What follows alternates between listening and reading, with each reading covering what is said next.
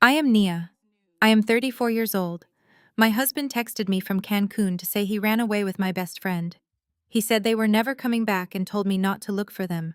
My exact reply was just 2 words: good luck. I did not shed a single tear, nor did I beg him to stay. Instead, I calmly logged into my computer, canceled every black card, drained our joint accounts, and changed every lock on my house. The next morning, the police knocked on my front door. But before I tell you how this massive betrayal turned into the ultimate trap for everyone who tried to ruin me, let me know where you are watching from in the comments below. Hit like and subscribe if you have ever had to outsmart people who mistook your silence for weakness. The morning sun poured through the floor-to-ceiling windows of my living room, casting long shadows across the hardwood floors. Sitting on my emerald green velvet sofa, I took a slow sip of my perfectly brewed dark roast coffee, enjoying the absolute quiet. For the first time in my 5-year marriage to Marcus, I felt a profound sense of peace. That peace was violently interrupted by aggressive heavy knocks at my front door. The sound echoed through the high ceilings. I did not flinch. I simply picked up my tablet from the coffee table and checked the security cameras mounted on my porch. 2 local police officers stood there, but the crowd gathered tightly behind them made me slowly set my coffee cup down. Standing directly behind the officers were my parents, Pastor Jerome and First Lady Brenda. They were dressed in their immaculate Sunday best on a Tuesday morning, projecting their usual holy image to the world. Next to them was my younger sister, Tasha. She was clutching her oversized designer handbag like a shield, wearing a look of rehearsed pity that I knew all too well. And standing right at the front, practically shoving his way past the sworn officers of the law, was her white husband, Connor. He was wearing his usual tailored suit and a smug, condescending smirk that immediately made my blood boil. They looked like a firing squad ready for an execution. I took one last deep breath, walked to the entryway, unlocked the heavy oak front door, and pulled it open. I greeted the confused officers with a calm, polite smile. Before the police could even open their mouths to explain why they were standing on my porch, Connor aggressively pushed past them. He stepped right over my threshold and into my personal space, invading my home with his unchecked, arrogant entitlement. He held up a thick manila envelope and pulled out a crisp white document, waving it aggressively in my face like a weapon. "Listen to me very carefully," Nia, Connor said. He used that slow, patronizing tone he always reserved for me, acting as if he were explaining a complex concept to an uneducated child. "Marcus signed the deed of this entire house over to Tasha and me before he left the country. You need to pack your bags and leave right now. Do not make this harder than it has to be. We brought the authorities to ensure a smooth legal transition. Just be a good girl and leave quietly. Do not embarrass your parents in front of the neighborhood." I looked past his pointing finger to my parents standing on the porch. My mother, Brenda, was anxiously adjusting her expensive pearls. She completely refused to meet my eyes. She had always treated me like the ultimate family disappointment. While Tasha was the chosen golden child paraded around our large church community, as the flawless, perfect pastor daughter, I was always the stubborn, rebellious outcast. I was the one who moved away, the one who kept my career incredibly private, the one who never cared about keeping up fake appearances for the congregation. My father, Jerome, cleared his throat and looked down at his expensive gold watch, clearly impatient and deeply annoyed by my mere presence. They had always vastly preferred Connor over me. Connor was the slick finance brother who enthusiastically threw large sums of money into the church collection plate. They looked at my quiet, composed demeanor and assumed I was just a naive, heartbroken woman whose husband had finally gotten tired of her. They genuinely thought I was completely defenseless. They truly blindly believed Marcus was the wealthy man paying the mortgage on this $2 million luxury estate. I did not give them the satisfaction of seeing me break down or panic. I just looked closely at the piece of paper Connor was holding inches from my face. It was a crude, pathetic attempt at a property transfer deed, complete with a sloppy forged notary stamp at the bottom. Connor genuinely believed his aggressive white-collar confidence would instantly intimidate me into packing my bags and walking away from my own property. He foolishly thought his finance background made him the smartest person in the room. He thought he could use a few complex legal terms to easily scare a black woman out of her home. He had absolutely no idea who I actually was, or what I actually did for a living in the real world. I turned my attention back to the two police officers. They were standing awkwardly on the porch, watching the bizarre exchange with extreme hesitation. I smoothed out the front of my silk robe, squared my shoulders, and offered them a warm, professional smile. "Officers," I said, making sure my voice was perfectly steady, exceptionally clear, and loud enough so that every single person on that porch could hear my words. "The document he is holding is completely forged. And since you are already here, I would like to officially report a $250,000 international wire fraud." The two police officers immediately stopped writing on their notepads and exchanged a sharp look. Wire fraud was a federal offense, and it instantly changed the atmosphere in the room from a simple domestic dispute to a potential crime scene. Connor opened his mouth to argue, but before he could formulate another arrogant sentence, my mother stepped directly in front of him. Her face was flushed with anger, her perfectly manicured hands shaking as she pointed a finger at me. Brenda, the esteemed First Lady of our congregation, was losing her carefully crafted composure. I did not stay seated to receive her wrath. I slowly stood up from the velvet sofa and began to pace around the large marble kitchen island. Every step I took forced the entire group, the police, my parents, my sister, and her husband, to physically turn their heads and bodies to track my movements. I commanded the space, and they had no choice but to follow.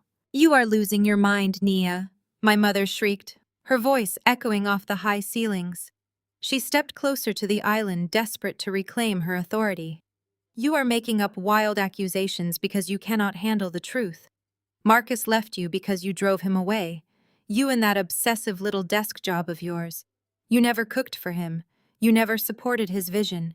You were too busy trying to prove you did not need a man, and you pushed him right into Chloe's arms." Hearing my own mother proudly defend my cheating husband and my backstabbing best friend was a surreal experience, but it was not entirely surprising. Through her screaming, the bitter truth of our family dynamic spilled out for the police to hear. My mother had always preferred Chloe over me.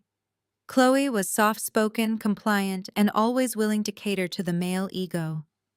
She was exactly the kind of submissive woman my mother believed a good church wife should be. And Tasha, my sister, had followed that exact same blueprint, marrying a wealthy finance guy and playing the role of the perfect supportive spouse. I had always been the problem. I was the independent woman who refused to rely on a man for my survival. To my mother, my financial independence was not an achievement. It was a direct threat to the traditional patriarchal image she had spent 30 years cultivating for our family. She viewed my self-sufficiency as an insult to her own life choices. "Stop playing the victim," my mother continued, her tone dripping with venom. "Marcus is a good man, a God-fearing man. He just needed a woman who actually appreciated him. Chloe knows how to respect a husband. She knows how to keep a home. If you had just listened to me and focused on your marriage instead of your career, he never would have looked twice at another woman. You do not dare try to ruin his life with these ridiculous fraud accusations just because you are bitter." The police officers shifted uncomfortably clearly, not wanting to be in the middle of a screaming match. "Ma'am," one of the officers interjected, holding up a hand to try and calm my mother down. "We need to hear what she means by a $250,000 wire fraud. That is a very serious allegation." My mother spun around to face the officer, slipping instantly back into her sweet pastoral voice. "Officer, please excuse my daughter. She is just heartbroken. Her husband left her yesterday, and she is lashing out. There is no fraud. She is just trying to cause a scandal and embarrass this family. She wants to ruin her brother-in-law and her sister because she is jealous of what they have. Marcus gave Tasha the house because he knew Nia would try to burn it to the ground. You need to escort her out of here so the rightful owners can take possession." Tasha nodded vigorously, stepping up next to Connor. "It is true," she added, playing the innocent victim perfectly. Nia has always hated me. She is just trying to punish me because my marriage is successful and hers failed. We have the eviction paperwork right here. I stopped pacing. I stood at the head of the kitchen island perfectly still, letting their lies hang in the air for a few seconds. The silence in the room became heavy and suffocating.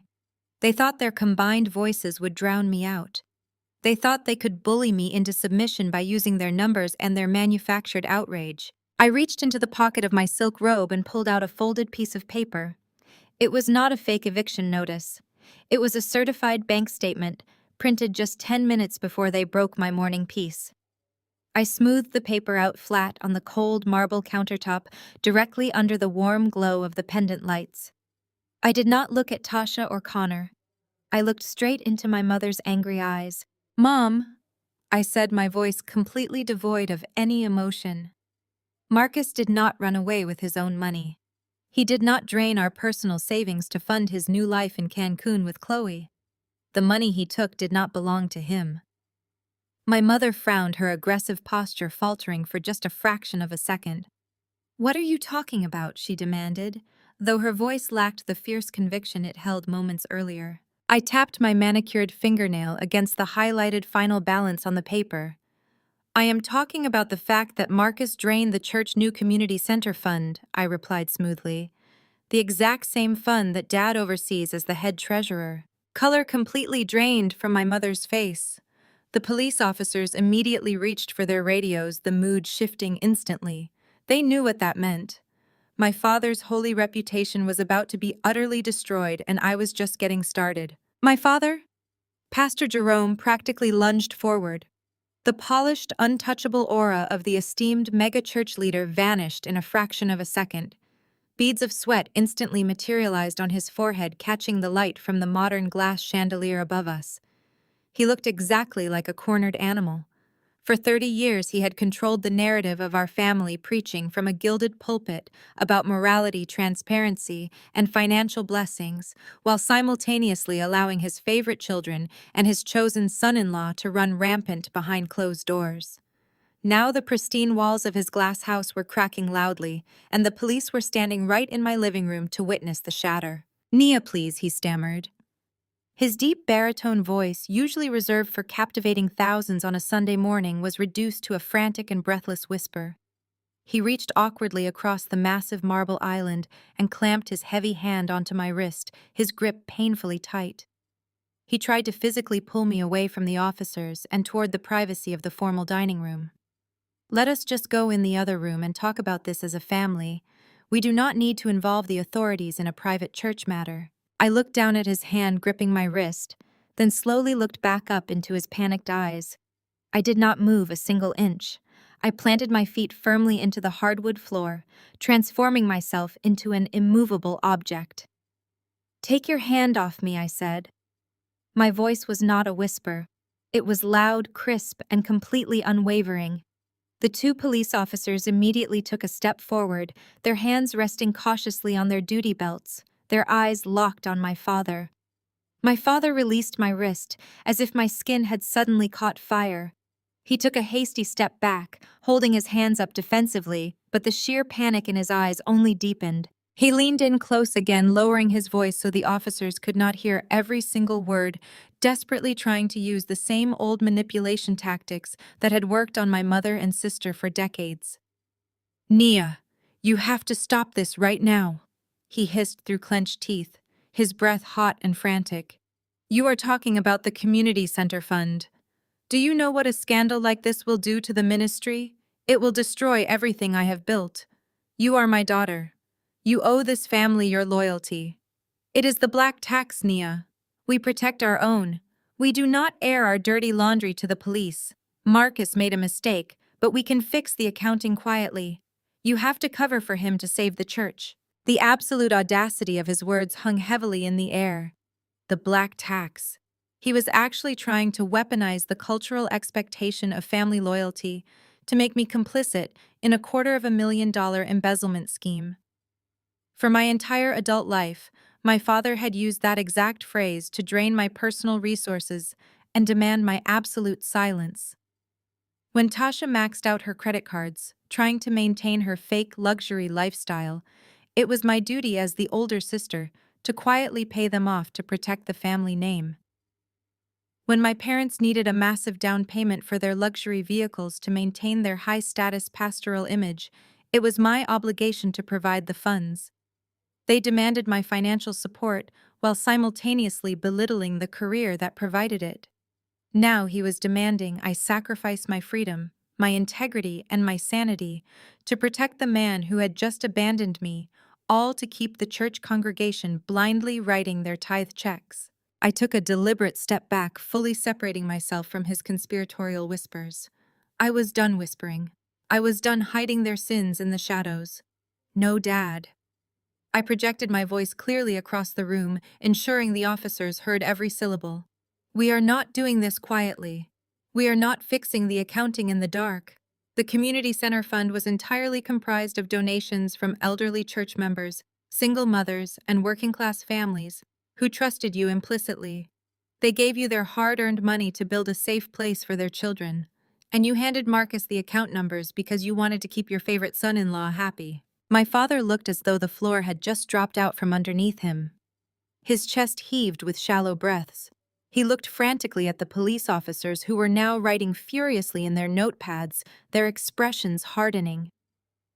Brenda! My mother let out a loud gasp and covered her mouth with her hands, finally realizing the catastrophic gravity of the situation. This was no longer just a petty domestic dispute over a cheating husband and a forged eviction notice. This was a massive financial crime, and I was calmly holding the match to the gasoline. You do not get to use family loyalty to cover up a felony. I continued, my gaze locking onto my father like a laser. I am not paying the black tax for Marcus, and I am certainly not paying it to save your fragile ego. You let a thief manage the congregation money. You ignored the glaring red flags because Marcus played golf with you and bought you expensive scotch. You enabled him. So do not stand in my kitchen and demand that I cover for him.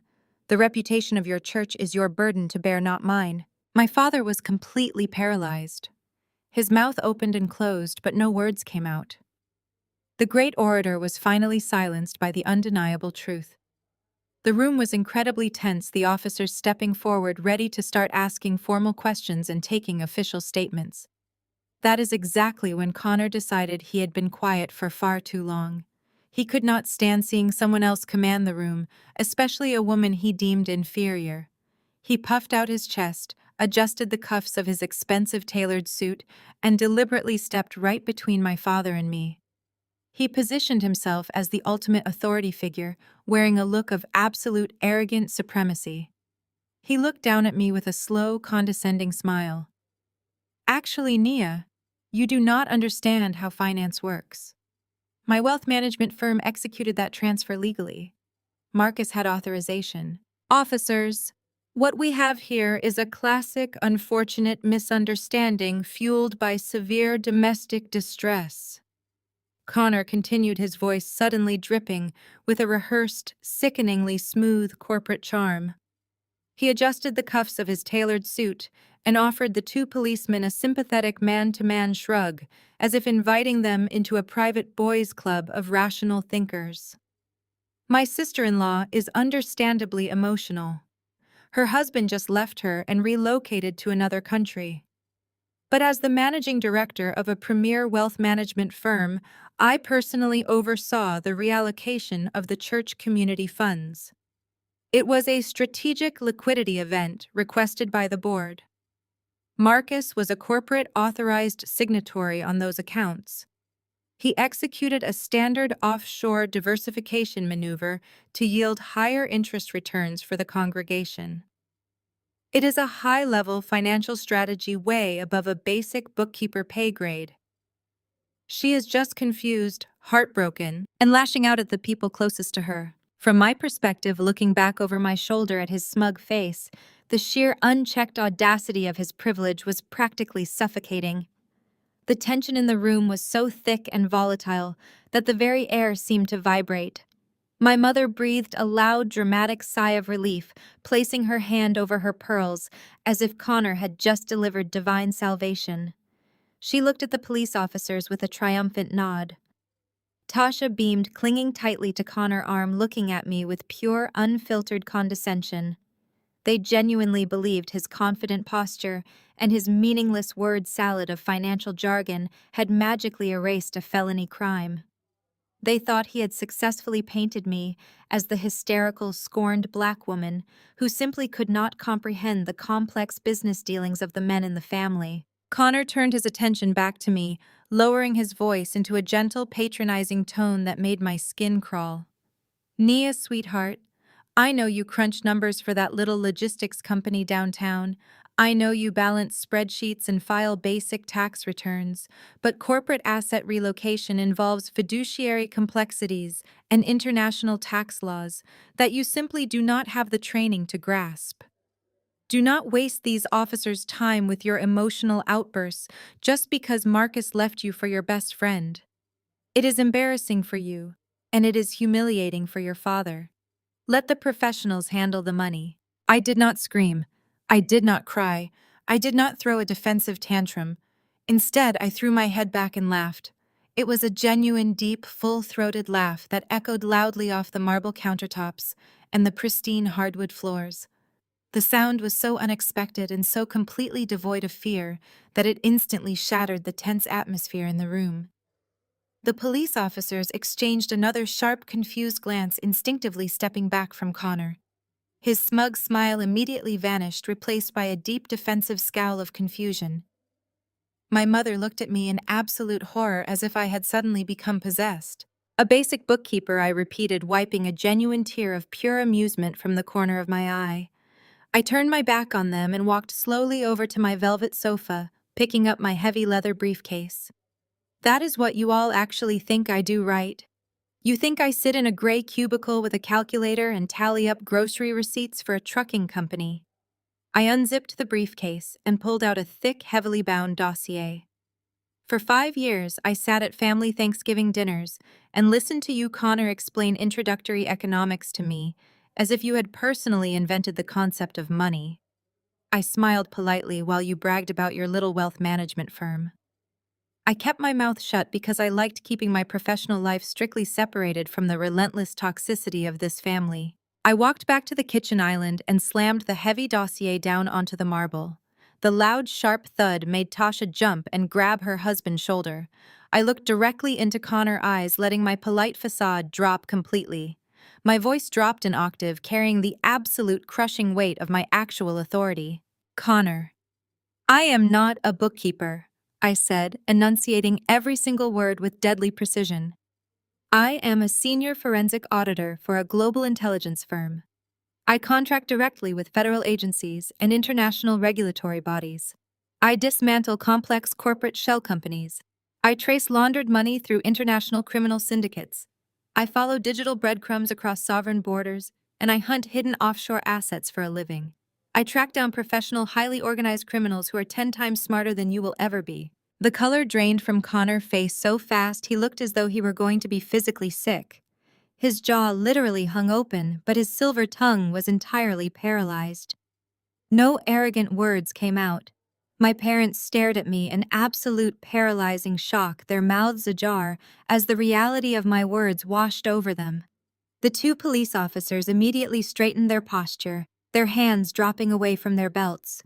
They suddenly recognized that they were not dealing with a hysterical, confused housewife. They were dealing with an expert investigator who knew exactly what she was talking about. I opened the dossier and flipped past dozens of pages filled with highlighted banking codes and transaction histories until I reached a page marked with a bright red sticky note. I pulled out a printed, highly detailed network routing log. I slid the crisp white paper across the smooth marble island, stopping it right exactly in front of Connor, trembling hands. So when I saw the massive discrepancy in the church financial records yesterday morning, I explained, leaning in close so he had absolutely nowhere to look. But at me, I did not just look at the bank statements. I ran a full digital diagnostic. I traced the digital footprint of the exact transaction that drained the $250,000. You thought bouncing the ping off a proxy server in the Cayman Islands would mask the origin. You thought routing it through 3 different dummy corporations would bury the trail and hide the theft. I tapped the center of the paper with my index finger, pinning his gaze to the undeniable proof. Which is how I know that transfer was never executed by Marcus. Marcus is a selfish idiot, but he did not move that money. I paused, letting the silence choke the remaining air out of his lungs. The IP address on that massive transfer traces directly back to your private home network. The MAC address matches your personal work laptop, Connor. The silence that fell over my pristine kitchen was heavy and absolute. Connor stared down at the printed IP log resting on the marble island, as if a venomous snake had just materialized on the counter. The color rapidly drained from his perfectly tanned face, leaving him a sickly ashen gray.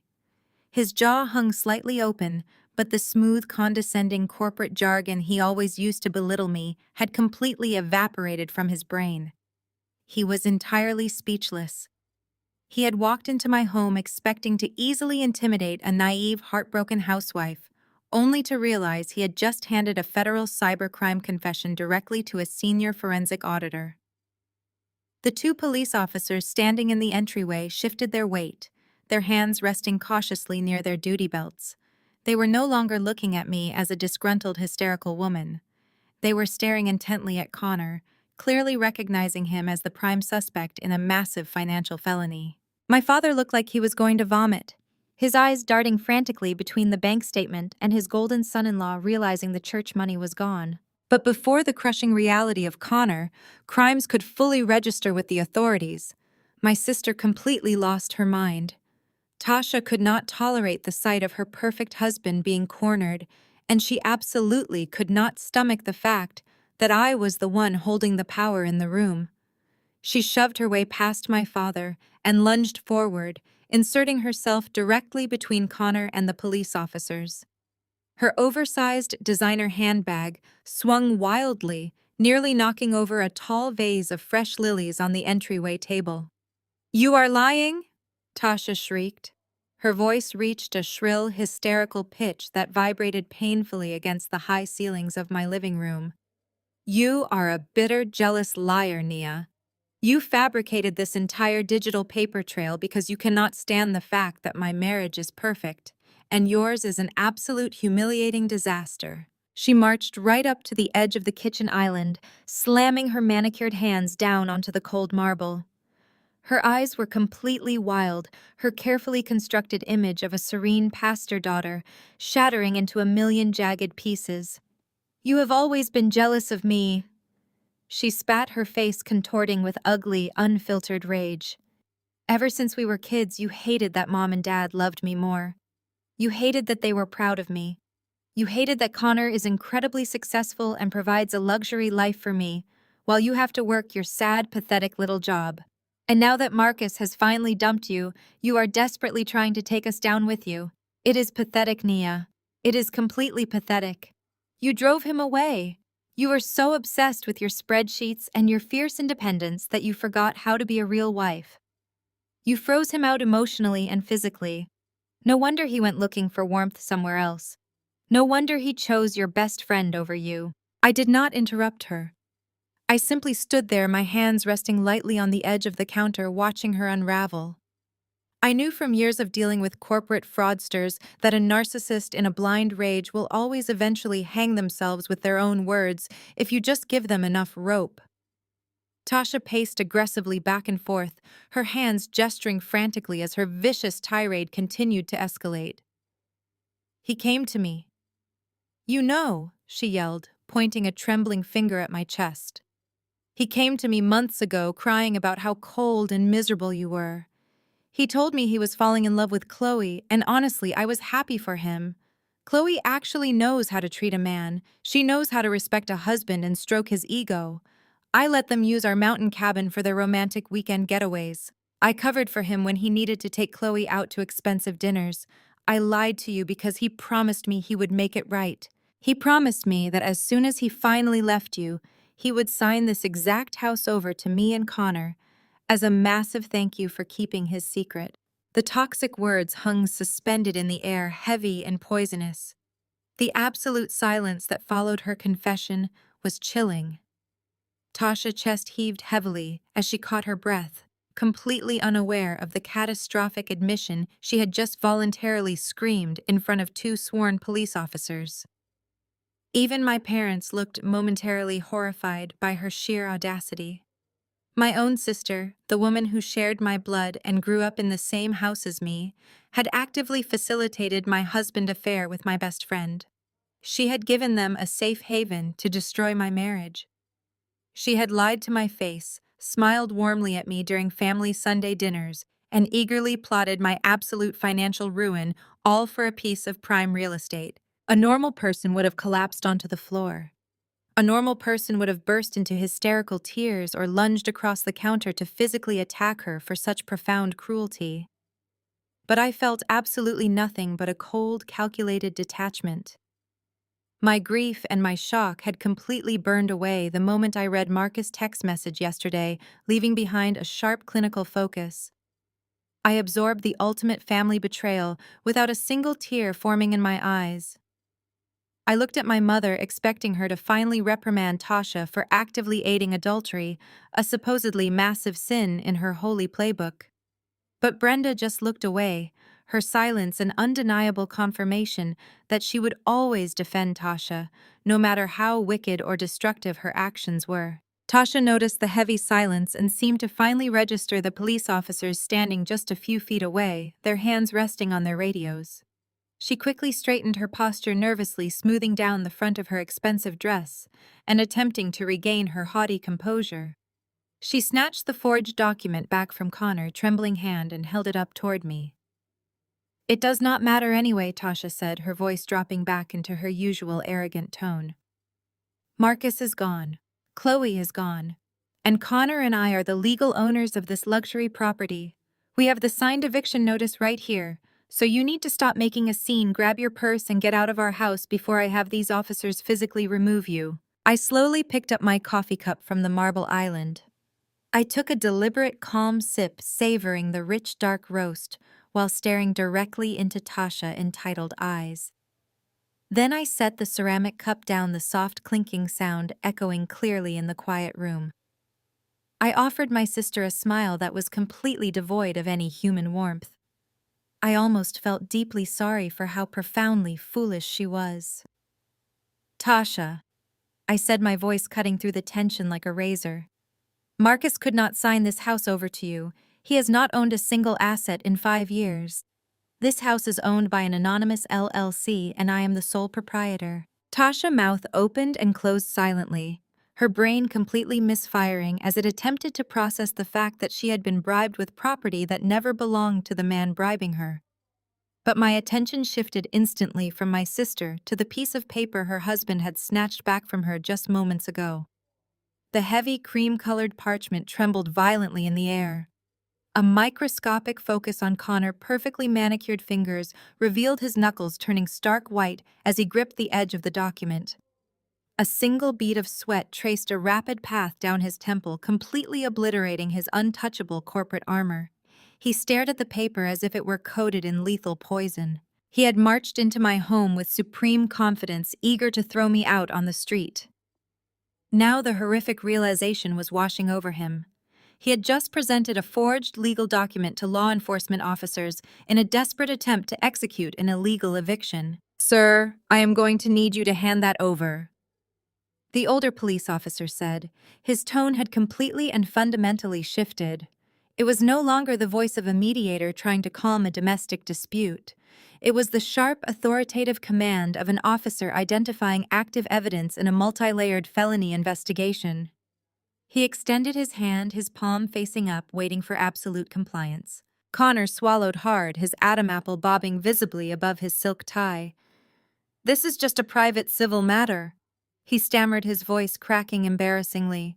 He instinctively pulled the document flush against his chest, trying to shield it from view. "It is just a preliminary draft, a simple misunderstanding between family members." "You just stated on the record that it was a legally binding eviction notice," the younger officer countered, taking a deliberate step around the kitchen island to physically box Connor into the corner. "You presented it to us to justify the immediate removal of a resident from her own property."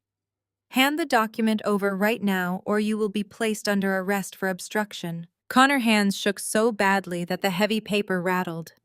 Slowly, agonizingly, he extended his arm and dropped the fake deed into the officer waiting hand. The illusion of the perfect, wealthy, white-collar son-in-law completely imploded in that exact second. My father, Pastor Jerome, watched the exchange with his eyes wide in absolute horror. The realization that his favorite son-in-law might actually be a criminal finally penetrated his thick skull. "Connor, what exactly is going on here?" My father demanded, his booming pastoral voice returning, fueled by pure panic. "Did Marcus give you the deed to this house or not? Did you lie to me about owning this property?" My mother Brenda rushed forward, grabbing Connor's arm frantically. "Connor, tell them Nia is lying. Tell them you own this house.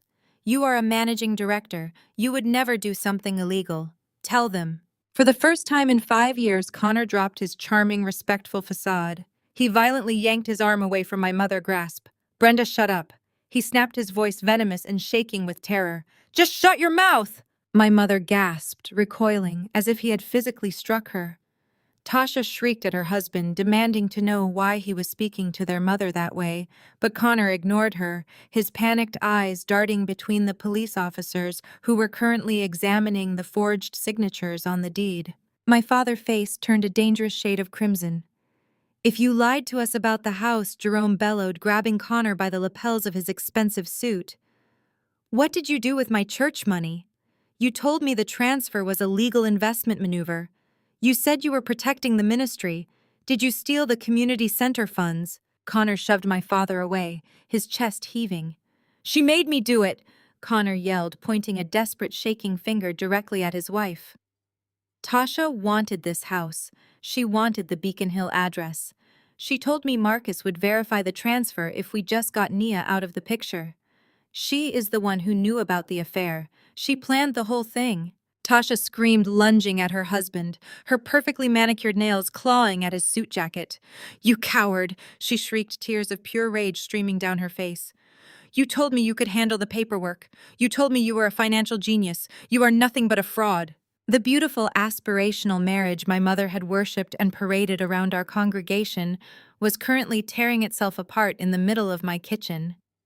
They were turning on each other like starved animals, desperately trying to save their own skins, while the police officers watched the glorious, chaotic self-destruction. I stood at the edge of the marble island, watching the family that had belittled, dismissed, and plotted against me completely self-destruct. I did not feel an ounce of pity. Suddenly, a loud, piercing electronic chime echoed through the expansive living room, cutting sharply through the sounds of Tasha screaming and Connor frantic backpedaling. The house smart system automatically muted the ambient background music I had playing earlier. "Incoming audio call from Marcus," the automated, pleasant voice of the virtual assistant announced through the surround sound Bluetooth speakers hidden in the ceiling. Every single person in the room froze instantly. The screaming stopped. The officers looked up from the forged deed. My parents stared at the ceiling in absolute shock. Tasha clamped her hands over her mouth. I calmly reached across the kitchen island and tapped the glowing green icon on my phone screen. I routed the audio directly through the house speaker system, ensuring every single person in the room could hear the man who had started this entire nightmare. I leaned forward, my voice perfectly steady. "Hello, Marcus." The audio connected with a sharp, digital chirp. My eyes drifted upward, locking onto the sleek silver mesh of the Bluetooth speaker mounted flush against the ceiling. The camera of the moment slowly zoomed in on that single piece of technology as the frantic, high-pitched voice of my soon-to-be ex-husband echoed through the pristine living room. "Nia, thank God you answered. You have to fix this right now," Marcus screamed. His voice was completely panicked, entirely devoid of the smooth, arrogant bravado he had possessed when he walked out of my life 24 hours ago. In the background, broadcasting in crystal-clear, high-definition audio, I could hear the faint, luxurious sounds of a tropical paradise. There was the rhythmic crash of ocean waves, the gentle rustling of palm fronds, and the distinct, panicked sobbing of my former best friend Chloe. "Marcus, I replied, my voice completely flat and chillingly professional. What exactly seems to be the problem? The problem, he shrieked, his voice vibrating off the high ceilings and making my mother physically flinch. The problem is that my card was just declined at the front desk of the Four Seasons. I tried to log into our joint accounts, and my login is completely locked. I tried to access the Corporate Community Center Fund, and the portal says the routing numbers are invalid. Nia, I am standing in the lobby of a 5-star resort in Cancun, and the general manager is threatening to call the local authorities. I leaned my hip comfortably against the marble island, crossing my arms over my chest. I glanced at the 2 police officers standing in my entryway. They were perfectly still, their hands resting casually on their utility belts, listening with rapt attention to a man essentially confessing to attempting to access stolen corporate funds across international borders. I see, I said simply. No, you do not see, Marcus yelled, his panic rapidly elevating into sheer, unadulterated hysteria. We racked up a massive bill last night.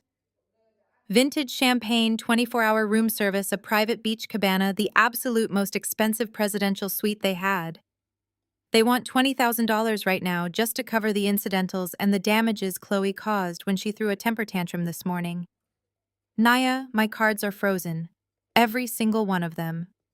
The bank told me it was a suspected fraud lock initiated by a primary account holder. He took a ragged, desperate breath. Then, in a move of such profound, staggering narcissism that it almost defied human logic, he abruptly shifted his tone. He tried to drop his voice into the smooth, placating register he used whenever he wanted me to do his dirty work. He completely ignored the fact that he had abandoned me, lied to me, and destroyed our marriage vows just a day prior. "Baby, please," Marcus begged. The pet name hung in the air like a foul odor. Tasha let out a sharp gasp, her hands flying to her face, her mascara smudged from her earlier meltdown. Connor stared blankly at the floor, looking like a deflated balloon. My father closed his eyes, swaying slightly on his feet like a man awaiting a firing squad. "Baby, I know you are incredibly mad," Marcus continued, his voice dripping with pathetic desperation. "I know we had a huge fight. But you have to call the bank and unfreeze the accounts right now. Just verify the transactions. Tell them it was a massive misunderstanding. You can fix this. You always fix my messes, Nia. Just do this one tiny thing for me, and I promise I will get on the next flight home, and we can talk about everything. Chloe means absolutely nothing to me. She is just a distraction. Please, Nia. I have zero money. I have zero leverage, and hotel security is not letting us leave the lobby." Hearing him grovel was deeply satisfying, but hearing him throw his mistress under the bus while she was standing right next to him was a masterclass in his absolute moral bankruptcy. Through the speaker, I could hear Chloe suddenly start screaming in the background. She was hurling vicious insults at him, the distinct sound of a sharp slap echoing through the audio feed as their luxury tropical getaway imploded in real time. I let him beg for another 10 seconds. I let his pathetic pleas echo through my home so every single person present could hear exactly what kind of weak, spineless man they had defended. "Marcus," I finally said, my voice cutting through his frantic begging with the cold precision of a surgical scalpel. "Yes, baby, are you calling them? Are you unlocking the funds?" "I am not calling anyone," I replied smoothly.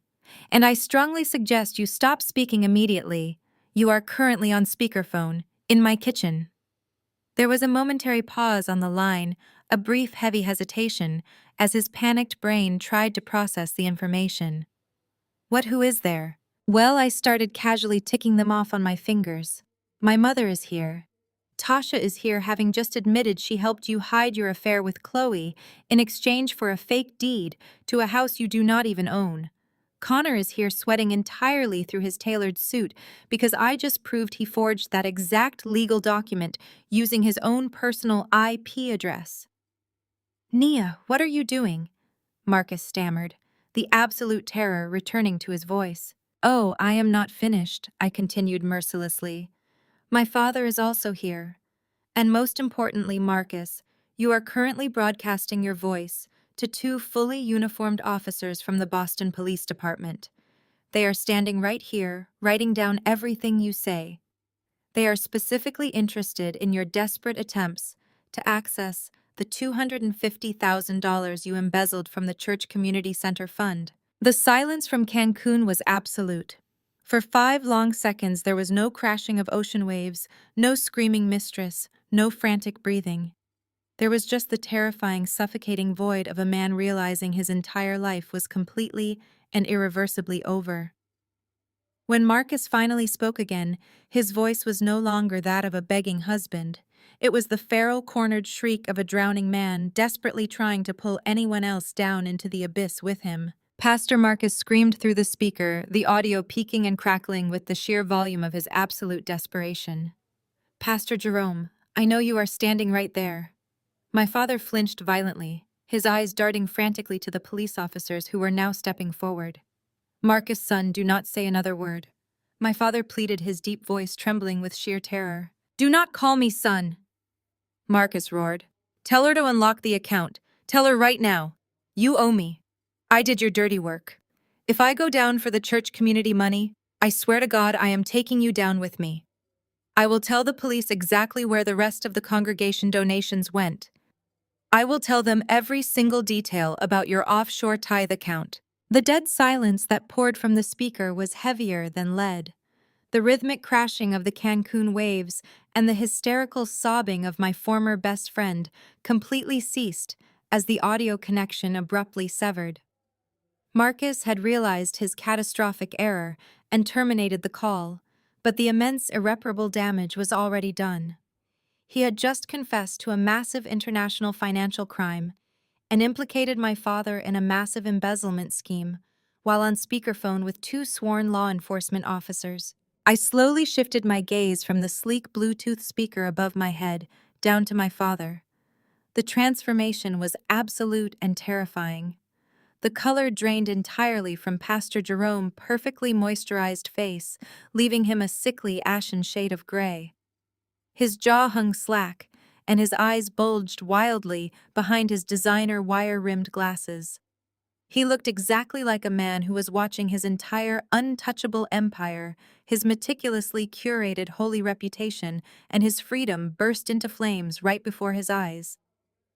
The charismatic, universally adored spiritual leader of our community was instantly reduced to a trembling, hyperventilating mess in the middle of my kitchen. The older police officer did not miss a single beat. He pulled a small black spiral notepad from his breast pocket, clicking his pen with a sharp metallic sound that echoed like a gunshot in the silent room.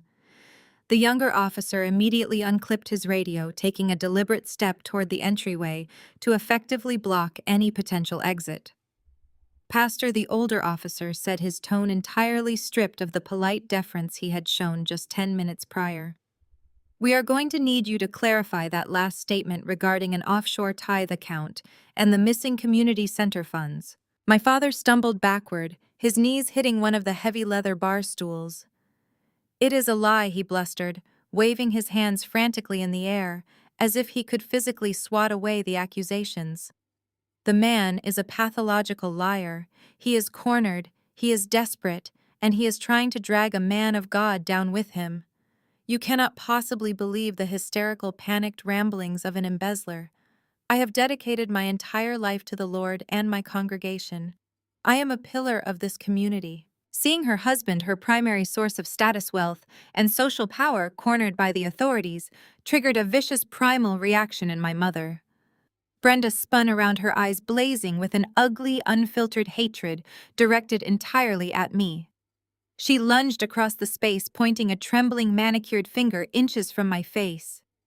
"Look what you have done!" she screamed, her voice cracking with pure fury. "You malicious, vindictive, bitter girl! You set this trap. You put him on speakerphone on purpose to destroy a man of God. You are trying to tear this family apart out of pure spite, because your husband finally realized what a miserable, cold woman you are." I did not flinch. I did not step back.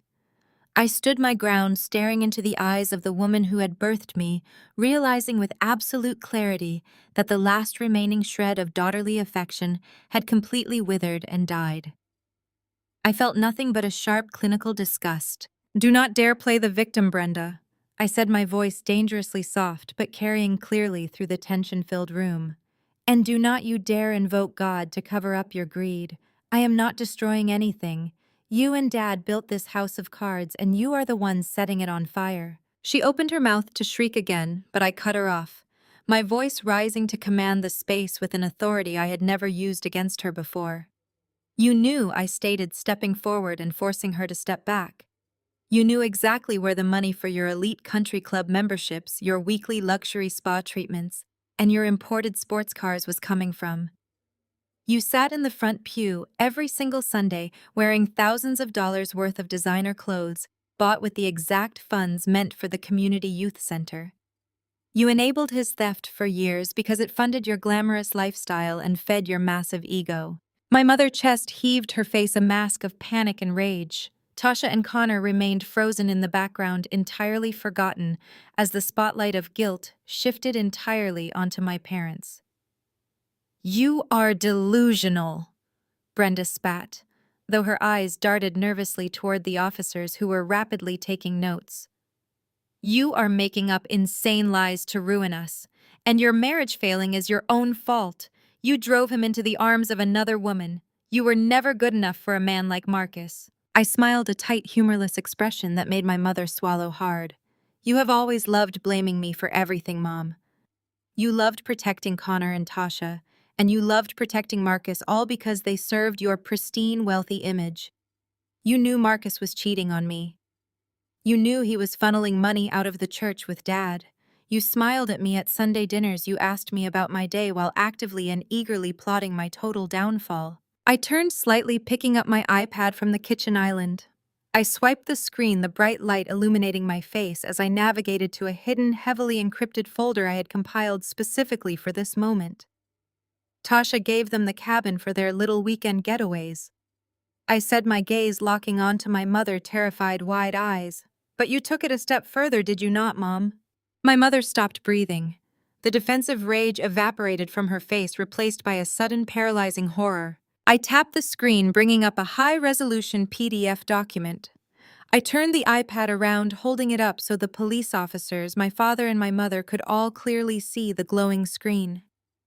The PDF displayed a crystal-clear billing statement. It showed the flight itinerary. The passenger name, Chloe Jenkins, the destination of Cancun, Mexico, and the final purchasing card, bearing the name Brenda Washington. My father slowly turned his head to look at his wife, his jaw dropping in a fresh wave of disbelief. Even he had not known the depths of her complicity. You facilitated the affair that is destroying my life. I continued, my voice echoing off the marble counters. You paid for the mistress to fly across international borders to meet the husband you knew was stealing from your own church. You financed the ultimate betrayal just to ensure I would be left with nothing. In fact, Mom, you did not just know about the affair. I have the receipts showing you paid for Chloe's flight to Cancun. The PDF document glowed brightly on the iPad screen, casting a harsh, unforgiving light on my mother's face. The undeniable proof of her ultimate betrayal was magnified for everyone to see. The transaction details were flawless, bearing her exact name, her exclusive rewards credit card number, and the unmistakable itinerary for a first-class flight to Cancun under the name Chloe Jenkins. Brenda physically recoiled as if the tablet had radiated a sudden blast of heat. Her expensive designer heels clicked erratically against the polished hardwood floor as she frantically backed away from the marble kitchen island. She retreated into the wide entryway hallway, her hands instinctively coming up to shield her face, trapped by the irrefutable evidence of her own wickedness. She had not just turned a blind eye to my husband's infidelity. She had actively financed it. She had purchased the tickets, facilitated the logistics, and happily sponsored the destruction of my marriage. My father stared at her, his jaw completely unhinged. Even in his own universe of moral compromises and stolen church funds, the sheer calculated cruelty of a mother paying for her son-in-law, mistress, to fly across international borders was staggering. Jerome took a heavy step away from her, realizing the woman he had been married to for 4 decades was operating on a level of deception that rivaled his own. I watched Brenda hit the hallway wall, her back pressed flat against the expensive custom wallpaper she had helped me pick out just 3 years ago. For a fleeting second, I thought she might collapse. I thought she might finally drop to her knees, overwhelmed by the grotesque nature of what she had done, and beg for forgiveness. But narcissists do not apologize when they are cornered with the truth. They attack. The panic on my mother's face rapidly dissolved, replaced by a twisted, ugly mask of absolute righteousness. She dropped her hands, straightened her posture, and lifted her chin, staring at me with a gaze so full of raw, unfiltered resentment that it chilled the air in the room. Yes, I paid for the flight. Brenda spat, her voice echoing sharply against the high ceilings. I paid for it, and I would do it again. You left me no choice, Nia. You left him no choice. The two police officers stood in absolute silence, their pens hovering over their notepads, completely captivated by the unraveling of a family that had spent decades pretending to be the epitome of moral perfection. My mother took a step forward, jabbing her finger in my direction, desperate to rewrite the narrative and paint herself as the savior of the situation. Look at yourself, she sneered, gesturing up and down my body with pure disdain. You are cold, you are calculating. You care more about your spreadsheets, your corporate accounts, and your stubborn independence than you ever cared about being a proper wife. You completely emasculated Marcus. You never respected his authority as the head of the household. A man like that needs a woman who knows how to treat him. He needs a traditional, submissive woman who knows how to stroke his ego and make him feel like a king. Chloe knows how to be a real woman. She respects him. The absolute absurdity of her justification washed over me. I did not raise my voice. I simply let her toxic words hang in the silence before methodically dismantling her delusion. A traditional, submissive woman, I repeated, my tone laced with heavy, clinical amusement. You mean the woman who just racked up a $20,000 room service bill in 24 hours and is currently screaming at him in a Mexican hotel lobby? You mean the woman who is only with him because she thought he had unlimited access to my bank accounts? You financed a gold digger mom. You paid for a parasite to attach herself to a fraud. Brenda's face flushed a violent shade of crimson, but she pushed forward, blinded by her own frantic need to justify her actions. Marcus deserved better than you, she yelled, her voice vibrating with hysterical energy. And your sister deserved the life he built. Tasha and Connor are building a real legacy. They needed the capital to expand their portfolio. Marcus came to me months ago. He promised me that if we helped him transition out of his marriage to you smoothly without any major legal battles, he would sign this entire estate over to Tasha.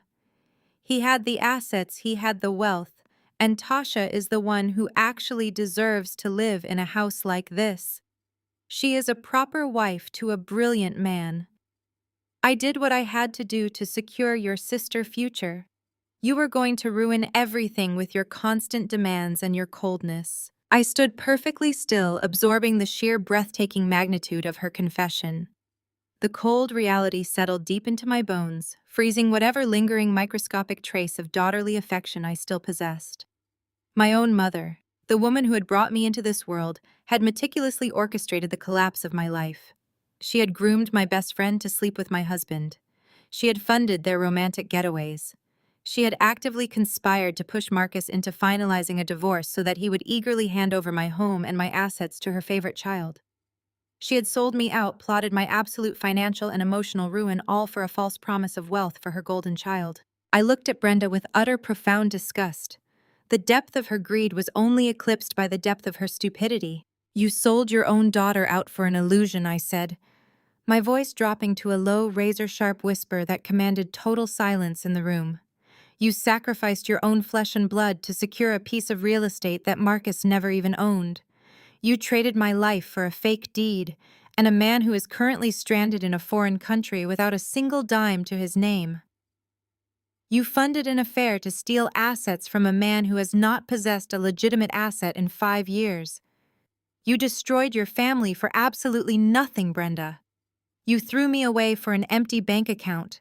Tasha let out a loud, shuddering sob, finally grasping the terrifying reality that not only was she not getting a luxury mansion, but her entire aspirational lifestyle was built on a foundation of spectacular lies. Connor stood next to her, pale and sweating, profusely staring at the front door, as if calculating his chances of making a run for it. He was a managing director at a prestigious wealth management firm, and he had just handed physical evidence of felony forgery directly to the Boston Police Department. His career, his reputation, and his freedom were disintegrating in real time. The crushing weight of their collective moral and financial bankruptcy settled heavily over the immaculate living room. The silence that followed my words was suffocating. No one moved. No one spoke. Even my mother had finally run out of vile justifications, her mouth hanging open as she realized the catastrophic scale of her miscalculation. Suddenly, a sharp, distinct burst of electronic static shattered the quiet. The older police officer standing near the entryway immediately straightened his posture, reaching a hand up to press firmly against the earpiece, securely fitted in his right ear.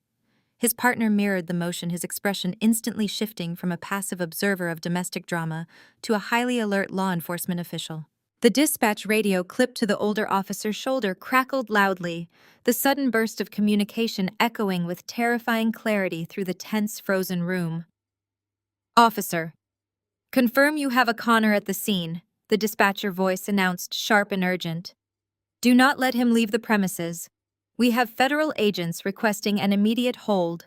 The older officer pressed 2 fingers against his earpiece, his eyes locking directly onto Connor with the cold, unblinking focus of a predator that had just cornered its prey. "Copy that, dispatch," the officer said, his voice dropping into a low, authoritative register. "Suspect is currently detained at the scene. Send the agents in."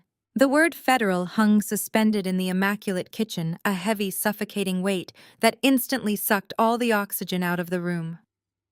It was not a localized civil dispute anymore. It was not a simple misunderstanding over a piece of property. It was a massive, coordinated, multi-agency federal takedown involving wire fraud, forgery, and embezzlement. For 2 agonizing seconds, nobody moved. Then the deeply ingrained, ruthless survival instinct that Tasha had inherited directly from our mother violently activated. The psychological break was instantaneous. The pristine, highly curated illusion of her perfect, wealthy marriage completely imploded right before my eyes. Tasha physically recoiled from Connor as if he had suddenly burst into flames. She shoved her hands against his chest, violently pushing him away with such force that he stumbled backward and slammed into the stainless steel refrigerator. "I have absolutely nothing to do with this!" Tasha screamed, her voice reaching a shrill, hysterical pitch that bordered on a banshee shriek. She threw her hands up, stepping toward the police officers, with wide, frantic eyes, desperately attempting to play the victim. "He forced me to come here. I swear to God, I did not know anything about a fake deed. I do not know anything about stolen church money. He handles all the finances. I am just a housewife. He lied to me. He manipulated me." Connor caught himself against the refrigerator, his mouth hanging open as he stared at his wife. The sheer, breathtaking speed of her betrayal paralyzed him. This was the woman he had committed felonies for. This was the woman he had risked his entire prestigious career to please. He had forged federal documents and facilitated the theft of hundreds of thousands of dollars just to keep her dripping in designer clothes and funding her lavish country club lifestyle. And the absolute second the feds were mentioned, she fed him directly to the wolves, without a single ounce of hesitation. A dark, visceral shift overtook Connor's face. The panicked, sweating corporate executive vanished, replaced by a man who had absolutely nothing left to lose. If he was going down, he was going to drag his treacherous wife down into the dirt right alongside him. "You lying, manipulative snake!" Connor snarled, his voice guttural and dripping with pure, unadulterated hatred. He plunged his hand into the inner pocket of his suit jacket. Both police officers instantly unclipped their weapons, barking strict commands for him to keep his hands visible. "It is just my phone," Connor yelled back, his hands shaking violently as he raised the device high in the air, his eyes never leaving Tasha's horrified face. "You want to play the innocent, submissive little housewife? You want to pretend you did not know where the money was coming from. Officer, I have the banking application open right now. I have every single digital receipt. Tasha's face lost all its color, turning a sickly translucent white. Connor, do not you dare, she shrieked, lunging forward to grab the device. The younger officer stepped smoothly between them, planting a firm hand on Tasha's chest and physically shoving her back. Stay exactly where you are, ma'am, the officer commanded, his tone leaving zero room for negotiation. Connor let out a dark, bitter laugh, holding the glowing screen toward the older officer. She knew exactly what we were doing. Connor stated, his chest heaving as he laid out the evidence of their mutual destruction. Her luxury hair boutique has been hemorrhaging cash for 2 years. She was drowning in debt and facing bankruptcy. She begged Marcus to bail her out. She demanded he dip into the church community fund. She took exactly $50,000 of stolen tithe money and funneled it directly into a shell LLC to keep her failing business afloat. She is not a victim. She is an accessory to federal wire fraud and money laundering. You are a liar! Tasha screamed, thrashing against the invisible boundary the officer had created. She looked like a feral animal, the serene, holier-than-thou pastor daughter completely stripped away. I am innocent. My business is completely legitimate. You are making this up to ruin me. I watched them tear each other to shreds with absolute clinical detachment. They were cornered rats turning on each other in the dark, viciously biting and clawing to save themselves. The chaos in my kitchen was deafening. My father was still hyperventilating near the bar stools. My mother was backed against the wall in a state of catatonic shock. My sister and her husband were actively providing law enforcement with enough evidence to secure federal indictments for the next decade. I turned my back on the screaming match and calmly walked over to the built-in wet bar tucked into the corner of the kitchen. I selected a crystal wine glass from the rack and opened a bottle of rich, expensive Cabernet Sauvignon that a grateful client had gifted me last month. The deep purple liquid splashed elegantly against the crystal. I took a moment to savor the aroma, feeling the quiet, solid power of absolute independence. I walked slowly back to the marble island, holding the wine glass by the stem. The sheer relaxed confidence of my posture forced the room to momentarily quiet down. Tasha stopped screaming, her chest heaving as she glared at me with pure venom. Connor stood panting, clutching his phone like a weapon. I took a slow, deliberate sip of the wine, letting the rich flavor coat my tongue. I lowered the glass, offering my sister a smile that was perfectly polite and utterly lethal. That is incredibly interesting, Tasha, I said, my voice cutting through the heavy tension like a perfectly sharpened blade. You are claiming your luxury boutique is completely legitimate. I took another slow step forward, locking eyes with her. Because your boutique was flagged for a random IRS audit last week, I stated, watching the final spark of hope completely die behind her eyes. An extensive, deeply invasive audit that just so happened to be assigned to my specific division. Tasha's mouth opened and closed silently like a fish pulled from the water. The devastating reality of a targeted federal IRS audit crashed over her, instantly vaporizing her arrogant facade. She sank down onto the nearest bar stool, her perfectly styled hair falling over her face as she buried her head in her hands, completely defeated. Connor, however, refused to submit. Realizing that throwing his wife to the wolves had not magically absolved him of his own crimes, he reverted to the only defense mechanism he had left. He puffed up his chest, squaring his shoulders in a pathetic attempt to physically dominate the space. The cornered rat was now trying to roar like a lion. You are completely out of your mind, Connor barked, his voice straining to project a false sense of unshakable authority. He aggressively adjusted his expensive silk tie, glaring down at me with absolute contempt. You think some petty tax audit scares me? You think you can march into this house, throw around a few financial buzzwords, and watch me crumble? I am a managing director at a premier wealth management firm. I handle portfolios worth more than your entire government department operating budget. You have absolutely no idea who you are dealing with. He pulled his phone back out of his pocket, tapping the screen with furious, trembling fingers. I am calling my legal team right now. I have 3 partners at the top defense firm in Boston on speed dial. We are going to bury you in civil litigation, Nia. defamation, slander, libel, intentional infliction of emotional distress. You will be tied up in court for the next 2 decades paying my legal fees. You are nothing but a bitter, hysterical, discarded ex-wife desperately making up insane conspiracy theories because you could not keep your own husband from straying. I did not flinch. I did not raise my voice. I took another slow, deliberate sip of my Cabernet, letting his empty, desperate threats wash over me. Then I began to walk. I circled the kitchen island with slow, measured steps, my heels clicking rhythmically against the hardwood floor. I moved with the absolute predatory calm of someone who already held the winning hand. "Call them!" I challenged, my voice smooth and perfectly level. "Call your high-powered legal team, Connor. Put them on speakerphone right now. I would absolutely love to speak to them. I will wait." Connor's thumb hovered over his phone screen. He did not press dial. "You cannot call them, can you?" I continued, stopping a few feet away from him. Because retaining elite corporate defense attorneys requires massive amounts of clean, verifiable capital, and you do not have a single clean dollar to your name. Your entire life is a mirage. Connor's jaw tightened. His eyes darted toward the 2 police officers who were now watching him with intense predatory interest. The younger officer had actually unclasped the retaining strap on his holster. "Let us talk about this premier wealth management firm of yours," I said, raising my voice just enough to ensure every single person in the room caught every devastating syllable.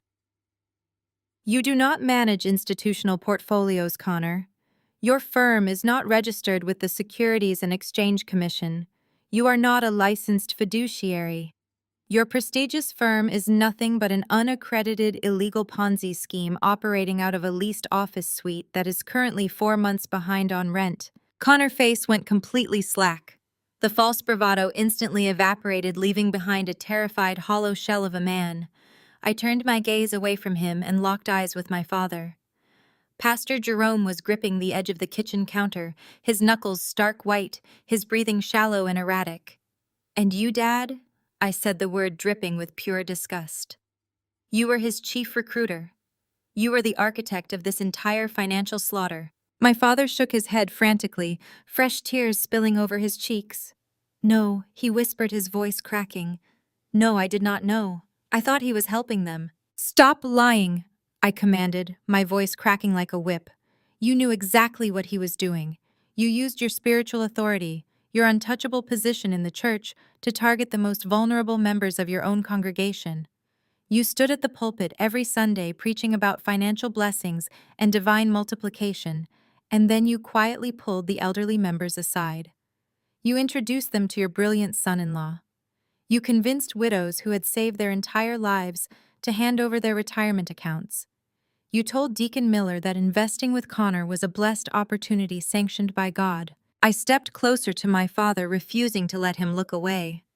"You drained over $2 million from the African American community that trusted you to protect them. You took the life savings of the elderly women who baked casseroles for this family when we were children. And what did Connor do with that money? He did not invest it. He used Mrs. Higgins' retirement fund to pay for Tasha failing hair boutique. He used Deacon Miller pension to lease his imported sports car and buy designer watches. He paid early investors with the deposits of new investors just to keep the illusion going. A textbook, sloppy, utterly pathetic Ponzi scheme." Connor let out a strangled, pathetic sound. He dropped his phone. It hit the marble floor with a sharp crack, the screen shattering instantly. He collapsed against the refrigerator, sliding down the stainless steel door until he was sitting on the floor, pulling his knees to his chest. His untouchable ego was completely eradicated, replaced by the crushing, undeniable reality of a decade in federal prison. "You destroyed generations of generational wealth for your own congregants," I stated, staring down at my father, who was now weeping openly, his face buried in his hands. "You traded the financial security of the people who loved you just to fund your wife, country club lifestyle, and prop up your son-in-law fake empire." The heavy, suffocating silence in the room was absolute. The sheer scale of the devastation had paralyzed everyone. My mother, my father, my sister, and her husband were all completely broken, trapped in the wreckage of their own unparalleled greed. I took one final sip of my wine, savoring the absolute perfect justice of the moment. Suddenly, the atmosphere in the room shifted. A bright, intense light sliced through the darkness outside. Through the massive custom bay windows lining the front of the living room, a rhythmic, pulsing glow illuminated the space. The flashing red and blue lights of an unmarked black Federal SUV reflected violently across the immaculate white walls, casting long, frantic shadows over my family horrified faces. I stood perfectly still, my back resting lightly against the edge of the kitchen island. I watched the scene unfold through the massive bay windows, over my own shoulder, feeling a profound sense of absolute detachment. The heavy rain had recently stopped, leaving the asphalt of our circular driveway slick and highly reflective under the harsh, rhythmic strobe of the emergency lights. Two heavy doors of the matte black SUV opened simultaneously. Two men stepped out into the damp night air. They were not wearing the standard uniforms of the local police department. They wore crisp, dark suits beneath weather-resistant windbreakers, exuding an aura of absolute terrifying authority that required no formal introduction. Connor saw them too. The transformation in his posture was instantaneous and entirely delusional. The terrified, cornered rat, who had just been crying on my kitchen floor, hyperventilating over the sheer magnitude of his financial crimes, vanished in a heartbeat. In his mind, he had just been thrown a miraculous lifeline. His massive, fragile ego desperately scrambled to grasp onto any narrative where he was still the untouchable master of the universe. He genuinely believed that his frantic, panicked text messages to his invisible legal team had somehow manifested a high-powered rescue operation. He dragged himself off the floor, brushing invisible lint from the lapels of his ruined designer suit jacket. He aggressively adjusted his silk tie, pulling his chin high and squaring his shoulders to physically inflate his presence in the room. A smug, sickeningly arrogant smirk spread across his face, replacing the sheer terror from just moments prior. "Well, gentlemen," Connor announced, his voice dripping with intense condescension as he addressed the two local police officers who were still standing guard in the entryway. "It looks like the adults have finally arrived to clear up this massive misunderstanding." He confidently stepped right past Tasha, who was still paralyzed with fear on the bar stool, staring at him as if he had lost his mind. He did not even look at my father, who was openly weeping by the island.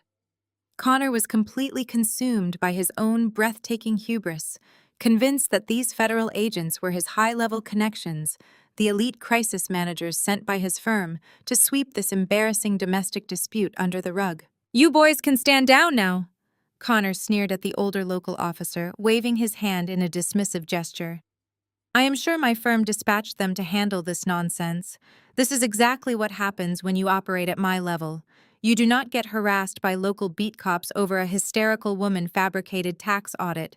My people know how to shut this down." The local officers did not move a single muscle.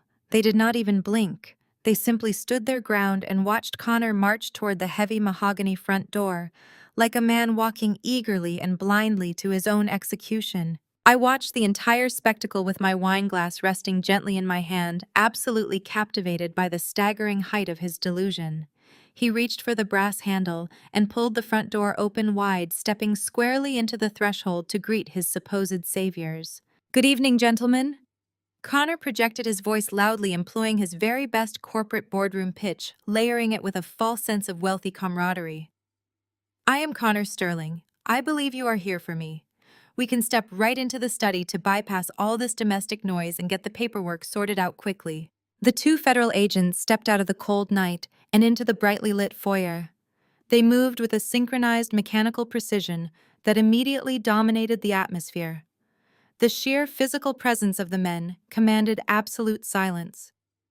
Connor extended his right hand, a polished, winning smile plastered across his face, fully expecting a firm handshake and a quiet apology for the inconvenience. The lead agent, a tall, broad-shouldered man with iron gray hair and piercing cold eyes, did not even break his stride.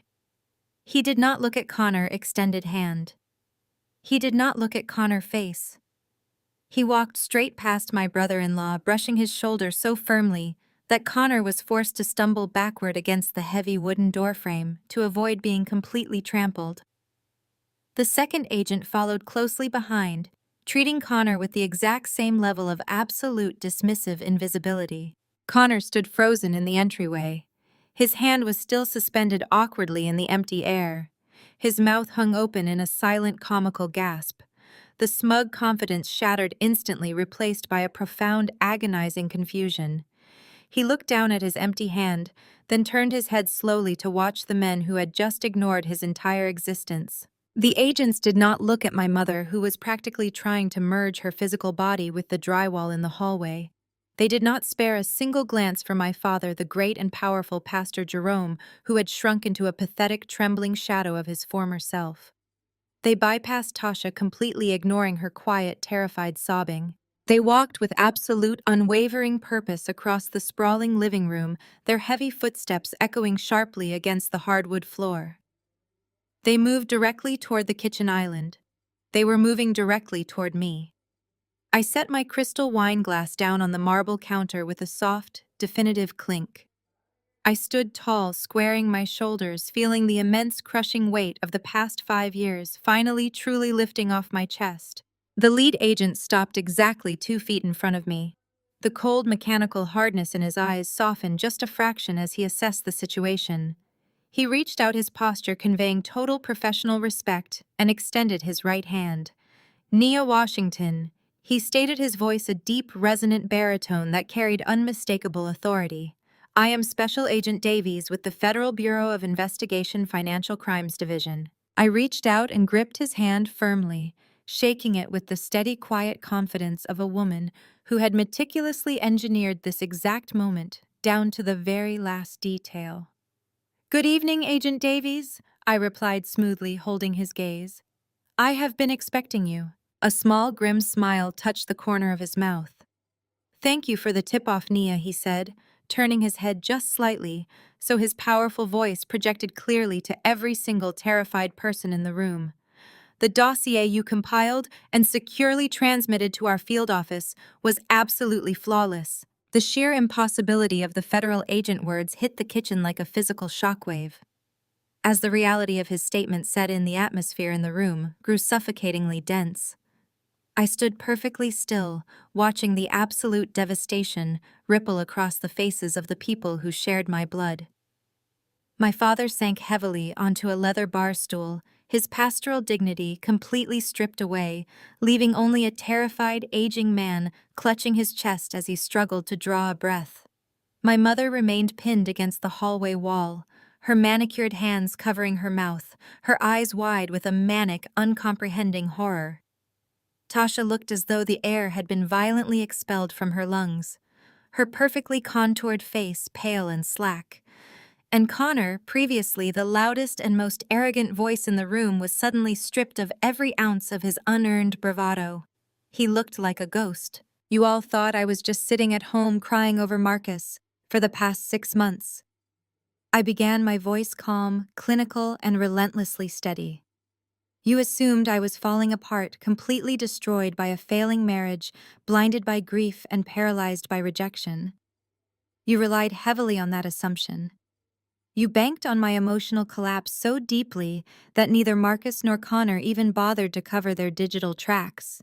You thought a broken woman would not notice the numbers shifting right under her nose." I took a slow, deliberate step toward my sister and her terrified husband. When I first noticed the discrepancies in our joint accounts, I did not just confront Marcus. I did not throw a tantrum or demand answers that I knew would only be lies. I am a senior financial analyst. Following the money is quite literally my profession, so I followed it. I traced the unauthorized wire transfers from my personal savings directly into offshore holding companies. From there, I found the incredibly sloppy, transparent shell corporations Connor had set up to funnel the stolen church tithes. Agent Davies stood beside me like an immovable pillar of federal authority, his presence validating every single syllable that left my mouth. He crossed his arms over his chest, his cold, calculating gaze locked directly onto Connor. I worked closely with Agent Davies and the Federal Bureau of Investigation as a confidential consultant. I explained, savoring the absolute terror blooming in Connor eyes. I spent the last 6 months handing over every single bank statement, every hidden ledger, and every encrypted email Marcus arrogantly thought he had permanently deleted. I mapped out your entire network.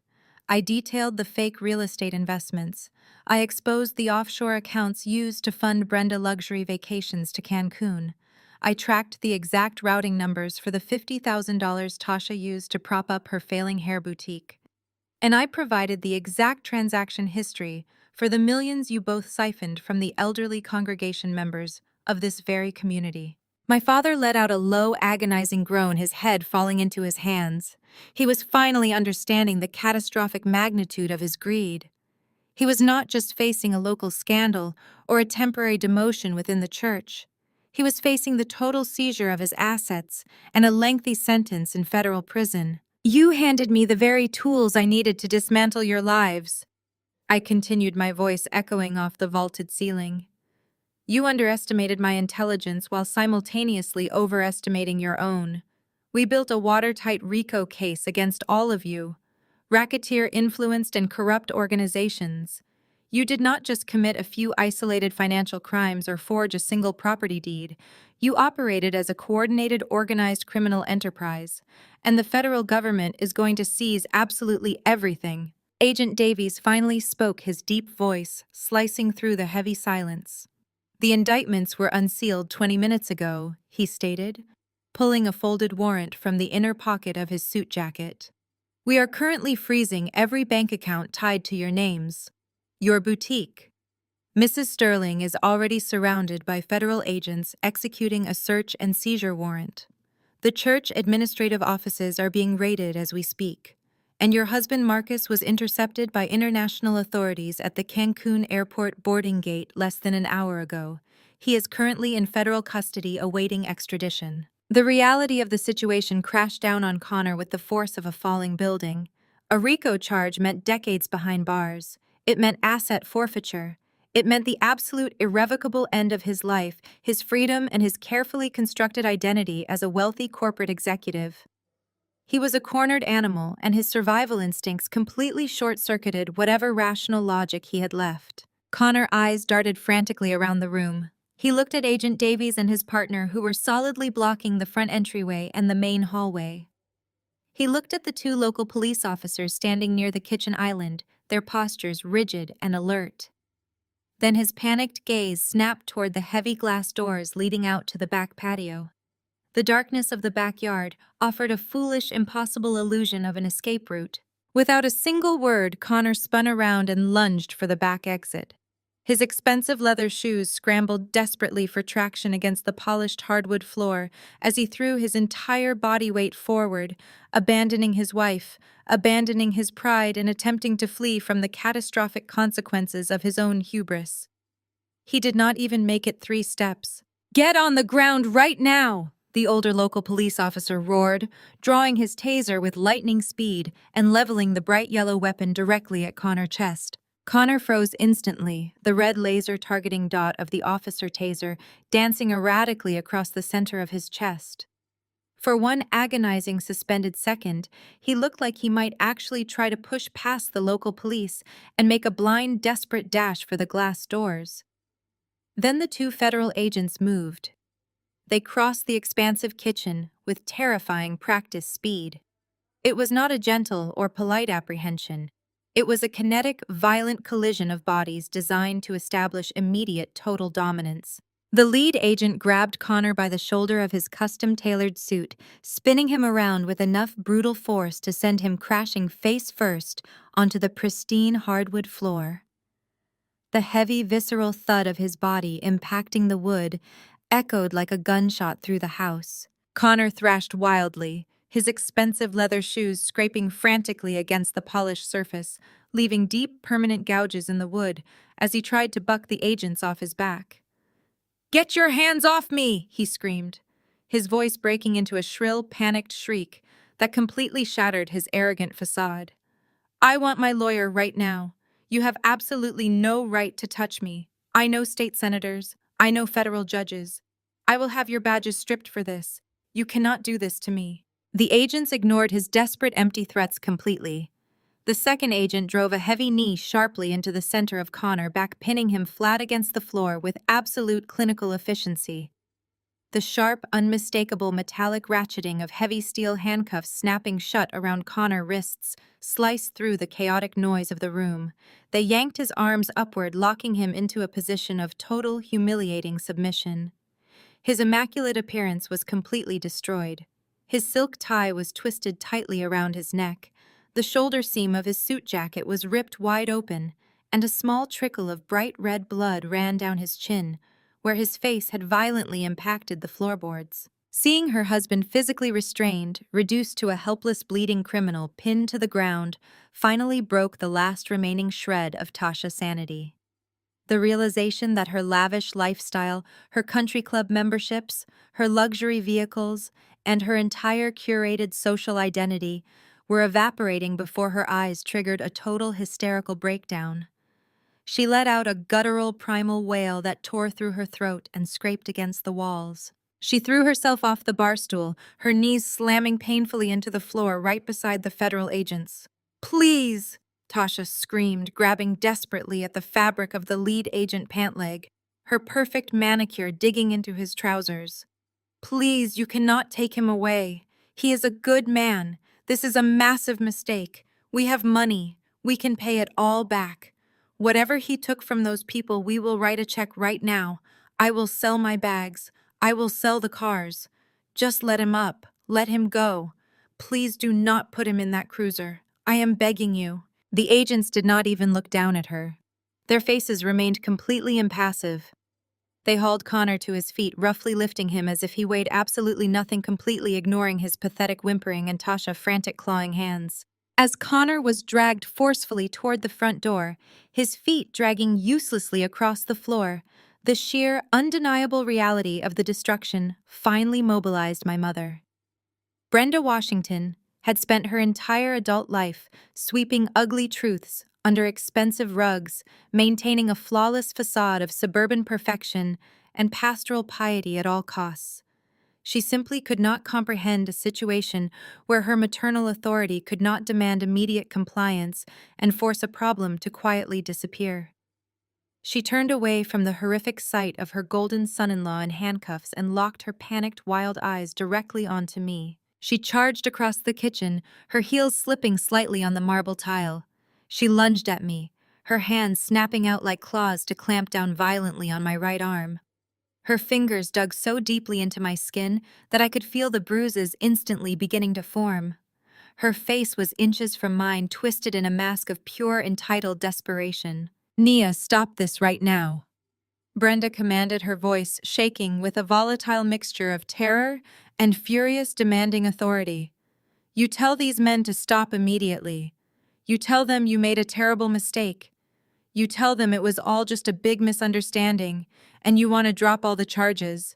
You fix this. You fix this right this second. Do you hear me?" I stared down at the woman who had birthed me, feeling absolutely nothing. No empathy, no filial piety, no regret, just a cold, vast emptiness where a daughter love was supposed to reside. She was not begging for my well-being. She was not asking how her own husband and her favorite daughter could have stolen from me and plotted to leave me completely destitute. She was demanding that I protect the monsters who had actively tried to destroy my life simply because they shared our last name and funded her comfortable existence. "We are family." "Nia." Brenda wept, shaking my arm frantically, trying to physically force me to submit to her will, as she had done since I was a small child. Family does not do this to each other. Family does not send family to a federal prison. We protect our own. You have to call them off. Please. You have to call them off before they put him in that car and ruin your sister's life forever. I looked at her manic, tear-stained face. I looked at her fingers digging ruthlessly into my arm. Then, with a slow, deliberate, and entirely calm motion, I raised my left hand. I placed my palm flat over her wrist and physically detached her grip from my body, peeling her fingers back one by one. I took a single step backward, moving entirely out of her reach, establishing a permanent, unbridgeable boundary between us. I did not raise my voice, I did not yell. I simply turned my head slightly and made a subtle, silent gesture toward the second FBI agent, who had remained standing quietly near the kitchen island to secure the perimeter of the room. The agent caught my eye and immediately nodded in understanding. He reached into his thick leather briefcase resting on the counter and pulled out a large, heavy yellow manila envelope. He walked over with measured steps and handed it directly to me with a respectful dip of his chin. I took the heavy envelope, feeling the substantial weight of the documents inside, and turned back to face my mother. I held it out toward her, extending my arm until the thick paper brushed lightly against her chest. "I cannot call them off, Mom," I said, my voice completely devoid of any emotion, echoing with a chilling finality in the chaotic room. "But I can give you this." Brenda stared blindly at the heavy yellow envelope in my outstretched hand. Her entire body was trembling, a violent, uncontrollable tremor that rattled the heavy gold bangles stacked on her wrist. She looked at the package as if it were a venomous snake, preparing to strike, completely incapable of processing the reality that her authority meant absolutely nothing in this room anymore. Slowly, hesitantly, she reached out and took it. Her manicured fingers fumbled with the metal clasp. She tore at the thick paper, ripping the flap in her desperate haste to uncover whatever final nightmare I had unleashed upon her perfect, curated life. She pulled out a thick stack of crisp white legal documents, the pages stapled securely at the corner. My father shuffled forward, his normally booming, authoritative presence reduced to the hesitant, shuffling gait of a broken old man. He moved to stand directly behind my mother. The stark flashing emergency lights from the police cruisers parked in the driveway cut through the darkness outside the bay windows, casting sharp, unforgiving shadows across his aging face. From a tight profile view, I watched his eyes track the bold, black lettering stamped across the very top of the first page. United States District Court. Subpoena to testify before grand jury. Target subject. It took exactly 3 seconds for his brain to process the precise nature of the federal charges listed beneath their names. Accessory to federal wire fraud, aggravated tax evasion, money laundering, embezzlement of funds from a tax-exempt religious organization. The thick stack of papers slipped right through my mother-paralyzed fingers. The documents hit the floor with a heavy final slap, the pages fanning out across the polished hardwood. My father's knees simply ceased to function. The physical shock of the revelation severed his ability to stand. He collapsed backward, falling heavily onto the pristine white upholstery of the living room sofa. He clutched at his chest, his mouth opening in a silent, agonizing gasp for air. Then the great and powerful Pastor Jerome, the untouchable spiritual leader of our community, buried his face in his hands and began to weep. It was a loud, guttural, pathetic sound that echoed miserably through the vaulted ceilings of the house. He realized in that one shattering moment that his entire life work, his legacy, and his freedom had just been completely eradicated. "You actually thought you were immune," I said, my voice completely cold and detached, ringing out clearly over the sound of his sobbing. "You truly believed that hiding behind a pulpit and a clerical collar made you untouchable. You fed your own congregation to Wolf's dad. You knew exactly what Connor and Marcus were doing. You knew the math did not make sense. You knew that a legitimate wealth management firm does not promise 30% annual returns guaranteed. But you let them use the church community center to host their fraudulent seminars. You stood at the altar and practically commanded the elderly widows in your flock to hand over their life savings." My father shook his head frantically, his tears soaking into his palms. "I did not know," he wailed, his voice cracking with pure desperation. "I thought it was a blessing. I thought they were helping the community build generational wealth. You thought it was funding your private jet charters and your custom-tailored suits," I corrected him sharply, refusing to let him hide behind his false piety. "You looked the other way because the kickbacks were too lucrative. You took thousands of dollars in supposed charitable donations directly from their shell companies, fully aware that it was stolen money, and you funneled it right into your personal accounts to hide it from the IRS. The FBI has every single routing number, Dad. They have the offshore accounts, they have the fake invoices, they have it all. I turned my gaze to my mother, who was still standing frozen over the scattered documents on the floor. Her face was entirely drained of color. The arrogant, demanding matriarch had vanished, leaving only a terrified woman staring at the ruins of her social empire. "And you, Mom?" I continued, stepping closer to her, forcing her to look at me. "You knew a pastor's salary could not possibly fund your designer bags, your luxury leased vehicles, and your country club memberships. But you loved the envy of the other church wives far too much to ever ask a single question. You enabled this. You demanded this level of wealth from your family, and you did not care who had to be bled dry to provide it for you. We built that church from nothing." Brenda whispered, her voice hollow and entirely disconnected from reality. "We are pillars of this community. We are respected. They cannot do this to us. We will lose everything. The congregation will find out. They already know," I stated, delivering the final devastating blow. "The federal agents are executing search warrants at the church administrative offices right now. They are seizing the financial records, the hard drives, and the donor logs. By tomorrow morning, every single member of your congregation will know that their beloved pastor and his perfect wife stole their retirement funds to pay for their luxury vacations. Your social standing is dead. Your empire is gone." My mother staggered backward as if I had physically struck her, her back hitting the wall as she slid down to the floor, joining her husband in the wreckage of their own unparalleled greed. The heavy, suffocating silence of the room was suddenly shattered by a sharp electronic chime. The Bluetooth speaker hub sitting on the kitchen counter beeped loudly, signaling an incoming audio call. The large digital display screen flared to life, illuminating the dark marble countertop. The caller ID flashed in bright, unmissable letters. "Marcus." Everyone in the room froze. My mother's head snapped up. My father stopped weeping. Even the federal agents paused their securing of the perimeter, turning their attention toward the glowing screen. I walked calmly to the counter, my heels clicking softly against the floor. I reached out and tapped the bright green button to accept the call, ensuring the speakerphone volume was turned all the way up. "Marcus!" My mother cried out from the floor, a desperate sudden spark of hope igniting in her voice. "Marcus, please tell them this is a mistake." But the voice that echoed out of the high-definition speaker did not belong to my husband. It was a deep, rough voice, laced with thick static, and speaking in heavy, heavily accented English. "Senora Washington," the voice asked, the tone strictly professional and entirely unamused. "Yes," I replied. My eyes locked on my mother's horrified face. "This is she. I am calling from the federal police stationed at the Cancun International Airport," the officer stated, his voice echoing loudly through the silent kitchen. "We have a man in custody who was attempting to board a flight to non-extradition territory. He is currently detained under an international federal warrant.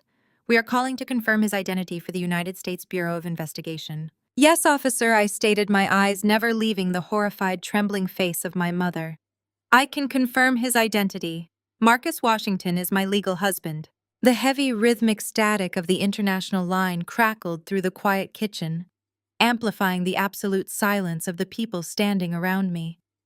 My father remained slumped on the sofa, his face buried in his hands, completely paralyzed by his own impending ruin. Connor lay pinned to the floor by the federal agents, his breathing ragged and defeated. "We have him safely detained in our primary holding facility." The Mexican officer continued, his voice carrying the distinct, detached authority of law enforcement. "He attempted to flee the Grand Velas luxury resort an hour ago without settling an outstanding balance of over 14,000 American dollars. He tried to bypass the main lobby, slipping out through a service corridor to board a private airport shuttle. Resort security intercepted him on the perimeter and immediately contacted local authorities to press charges for the theft of services. I listened to the pathetic details of his capture with a profound sense of vindication. Marcus had not even been caught in some grand dramatic international sting. He had been taken down by his own inherent cheapness and overwhelming arrogance, thinking he could simply walk out on a massive bill accumulated by entertaining his mistress. When my officers transported him to the station and processed his passport, the officer explained the system immediately flagged a priority international arrest warrant. The United States Federal Bureau of Investigation issued a red notice for him just this morning, citing multiple federal charges including wire fraud, racketeering, and international money laundering. I stood perfectly still, my posture completely relaxed, my hands resting lightly on the cool marble of the kitchen island.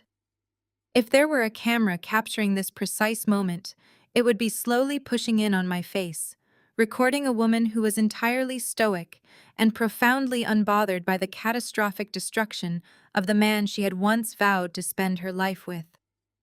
There were no tears left to shed. There was no heartbreak remaining. I had mourned the death of my marriage 6 months ago in an empty house. This was simply the administrative cleanup. He is currently in a holding cell awaiting formal extradition proceedings, the officer stated. The American authorities have already been notified. They are dispatching marshals to facilitate his transport back to United States jurisdiction. We simply needed formal family notification and verification before the transfer process begins. Suddenly, the heavy metallic clang of a steel door echoed sharply through the speaker. A second later, a frantic, hysterical shouting erupted in the background of the call. It was Marcus. He must have realized who the officer was speaking to. His voice was shrill, echoing off the concrete walls of whatever dismal holding cell he was currently occupying. "Nia," he screamed, his voice cracking with pure, unadulterated terror. "Nia, is that you, baby? Please, you have to listen to me." I did not respond. I simply let him scream, allowing the entire room to hear the absolute pathetic reality of the man they had all conspired to protect. "You have to wire the money," Marcus begged, his voice growing increasingly hysterical as he fought to be heard over the background noise of the Mexican police station. "Wire the $14,000 to the hotel right now so they drop the theft charges. Then call my lawyer. Tell him to wire my bail money down here immediately. They took my watch, Nia. They took my phone and my shoes. This cell is filthy. There are 10 other guys in here. You have to get me out. Just pay them whatever they want and get me on a flight home. I promise I will explain everything when I get back. Just fix this." He had absolutely no idea. He thought this was merely a misunderstanding over a hotel bill. He truly believed he could just pay a fine board, a luxury flight back to the States, and talk his way out of the consequences. His narcissism was so deeply ingrained that he could not even comprehend the magnitude of the federal trap that had just snapped shut around his throat. I stepped closer to the kitchen counter. I leaned down, bringing my face mere inches from the microphone built into the smart speaker. I did not raise my voice. I did not express an ounce of anger or vindictiveness. I simply delivered the final, undeniable truth of his situation. "I told you, Marcus," I said, my voice cutting through his frantic shouting like a blade of solid ice. "Good luck." Without waiting for a response, I reached out and tapped the bright red icon on the digital screen. The call disconnected instantly, plunging the room back into a heavy, suffocating silence. The dial tone rang out for a brief second before the screen faded to black. The brutal finality of that hung-up call finally broke whatever fragile thread of denial was still holding my sister together.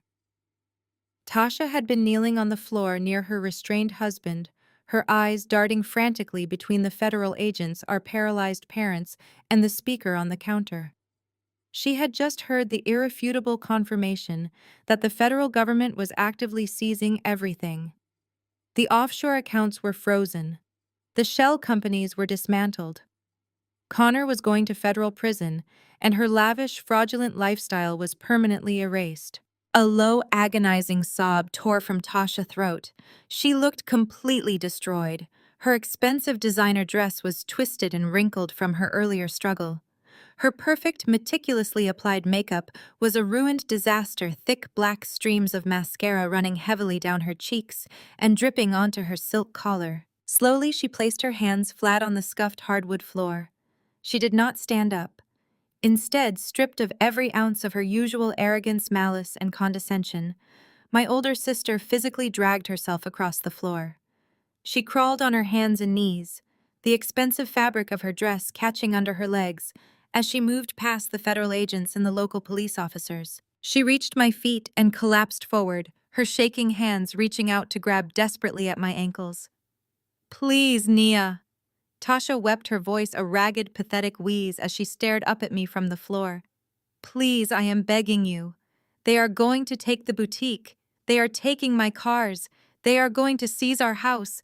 I have absolutely nothing left. Connor is going away, and I have nowhere to go." She gripped my legs tighter, tears and dark makeup smearing across her face as she looked up at me with total unmasked desperation.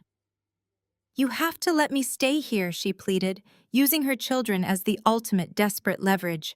"You have the guest rooms. You have the space. Please, Nia, for your nieces and nephews, you cannot let us be out on the street. You have to let us move into the house, please." Looking down at my older sister crumpled on the scuffed hardwood floor, I experienced a profound, chilling clarity. From my vantage point, Tasha looked incredibly small.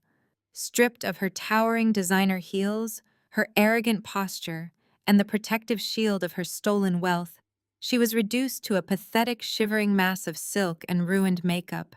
Her tear-streaked face stared up at me, her wide, desperate eyes searching mine for a reservoir of sisterly affection she had spent a lifetime systematically draining dry. "You are their aunt?"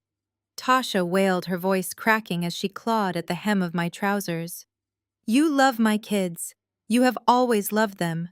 You cannot just throw your own flesh and blood out onto the street. Where are we supposed to go?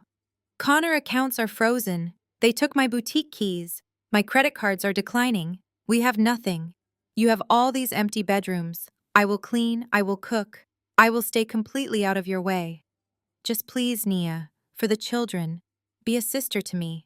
Her plea echoed in the quiet kitchen, hanging thickly in the air alongside the heavy breathing of the federal agents and the muffled, pathetic whimpers of my father still collapsed on the sofa.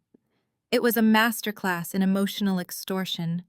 She was using her innocent children as human shields, weaponizing my natural empathy against me in a desperate bid for survival. I did not reach down to help her up. I did not offer a comforting touch. Instead, I stared down at the manicured fingers gripping my ankles, feeling nothing but a profound, overwhelming wave of revulsion. Slowly, deliberately, I took a step backward, forcing her hands to slip off my legs and drop uselessly to the floor. She gasped, scrambling forward to try and grab me again, but I held up a single hand, stopping her dead in her tracks. "A sister to you," I repeated, testing the absolute absurdity of the phrase on my tongue. My voice was perfectly level, devoid of any warmth, anger, or sympathy. It was the clinical tone of an auditor presenting a final, indisputable ledger. "You want me to be a sister to you now that the federal government has seized your stolen empire?" "That is a fascinating request, Tasha, because my memory of our sisterhood looks vastly different than yours." Tasha opened her mouth to argue, fresh tears spilling over her dark lashes, but I did not give her a single second to interrupt. "Do you remember February of 2014? I asked, my words sharp and precise. Tasha froze, her jaw snapping shut, confusion momentarily overriding her panic. "I was 19 years old." I continued, my gaze boring a hole straight through her. "I was a broke college sophomore. I had been working 3 part-time jobs just to afford my textbooks, and I still fell short on my dorm fees. They locked me out of my room on a Friday afternoon. That evening, a massive blizzard hit the city. The temperatures dropped into the single digits. The buses stopped running. I had no money for a cab and my phone was dead. So I walked 3 miles in freezing sleet, wearing a thin denim jacket all the way to that gorgeous, brand-new townhouse Connor had just bought you." Tasha's face drained of whatever color was left. She remembered. I could see the sudden, sickening realization flooding her eyes as the ghost of that winter night resurrected itself in the room. "I stood on your porch freezing to death," I said, the memory painting itself vividly in the air between us. "I knocked on your custom mahogany door, begging for a place to sleep. Just the couch, just the floor of your heated garage, anywhere out of the snow. And you opened that door exactly 3 inches. You were hosting a wine-tasting dinner for Connor firm partners. You were wearing a white cashmere dress. Do you remember what you said to me? Tasha squeezed her eyes shut, shaking her head frantically. Nia, please do not do this. I was young. Connor was pressuring me to impress those men. You told me I looked like a stray dog, I stated, cutting through her pathetic excuses with surgical precision. You told me that letting a wet, shivering, broke college student sit in your living room would completely ruin the aesthetic of your dinner party. You shoved a crumpled $20 bill through the crack in the door, told me to go buy a hot coffee, and then you slid the deadbolt locked right in my face. The silence in the kitchen was absolute. The federal agents stood like statues, their faces impassive, but their eyes fixed intently on the scene unfolding before them. My mother still slumped against the wall, let out a tiny, horrified gasp. Whether at the memory of her favorite daughter cruelty, or the realization that her family was entirely beyond salvation, I did not care. I walked a mile to a 24-hour laundromat, I continued, my voice echoing with icy finality. I slept on a plastic folding chair next to a row of washing machines, while you poured $300 bottles of wine for men who are now undoubtedly turning state evidence against your husband. You did not care about blood then, Tasha. You did not care about family. You did not care if your sister froze to death in the street as long as your precious aesthetic was preserved. But I am a mother now, Tasha sobbed, wrapping her arms around her own torso as she rocked back and forth on her knees. My babies have nothing to do with this. You cannot punish them. I am not punishing your children, I corrected her sharply. You and Connor punished your children the exact second you decided to fund their private school tuition with money stolen from trusting senior citizens. You destroyed their future to finance your vanity.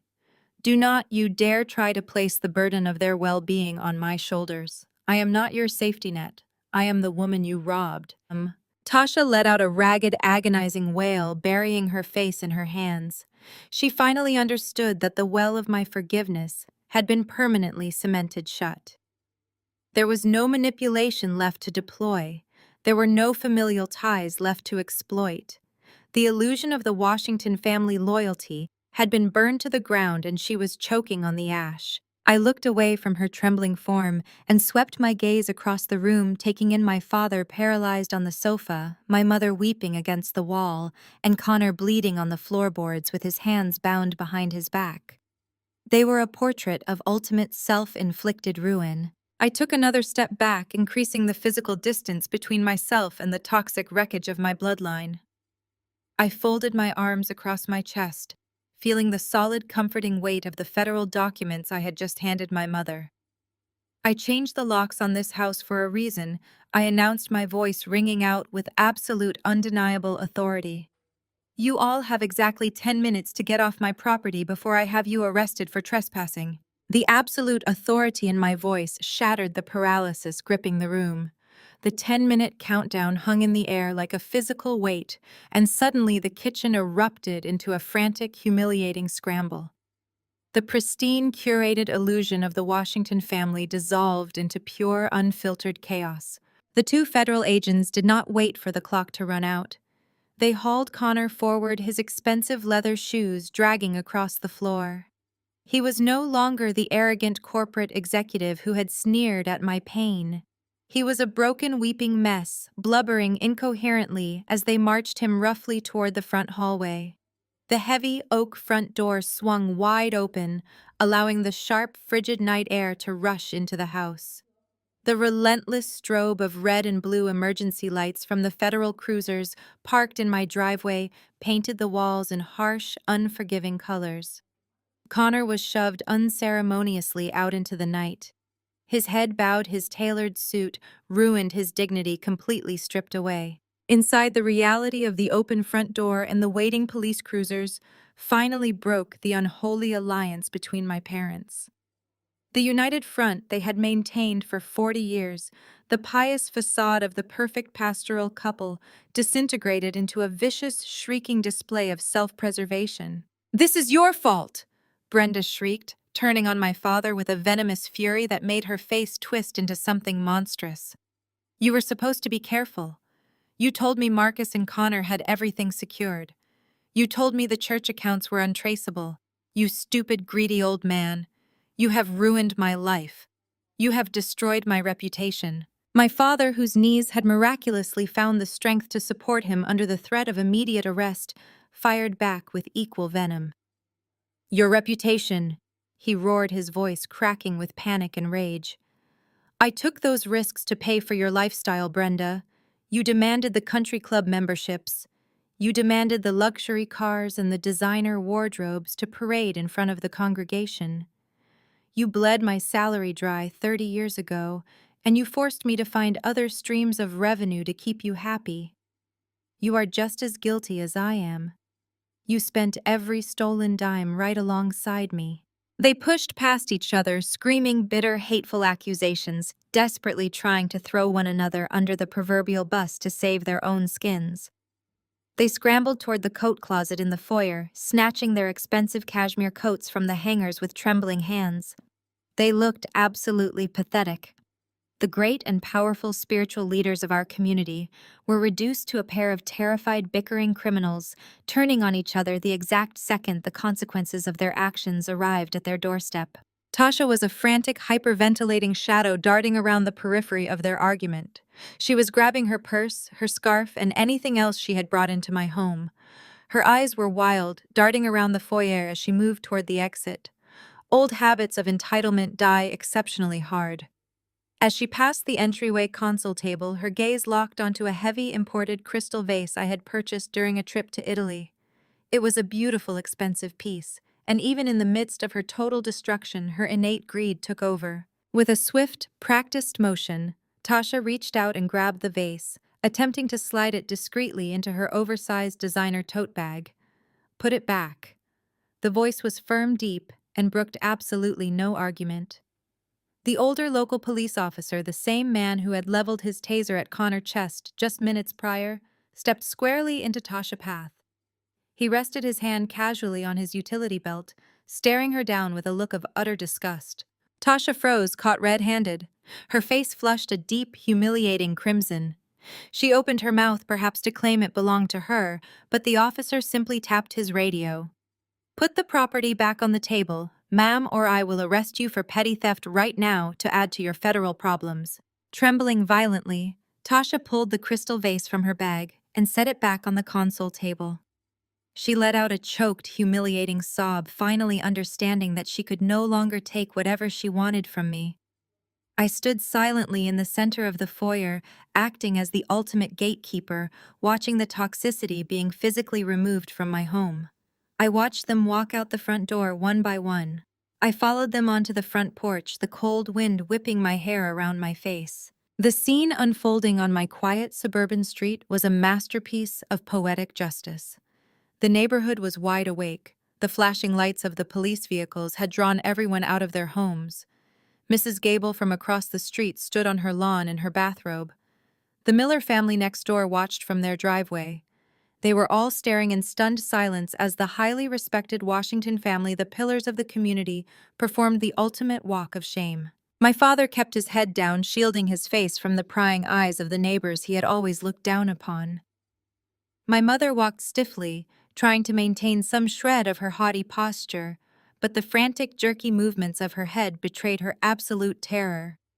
Tasha trailed behind them, sobbing openly, her ruined makeup catching the harsh glare of the police lights.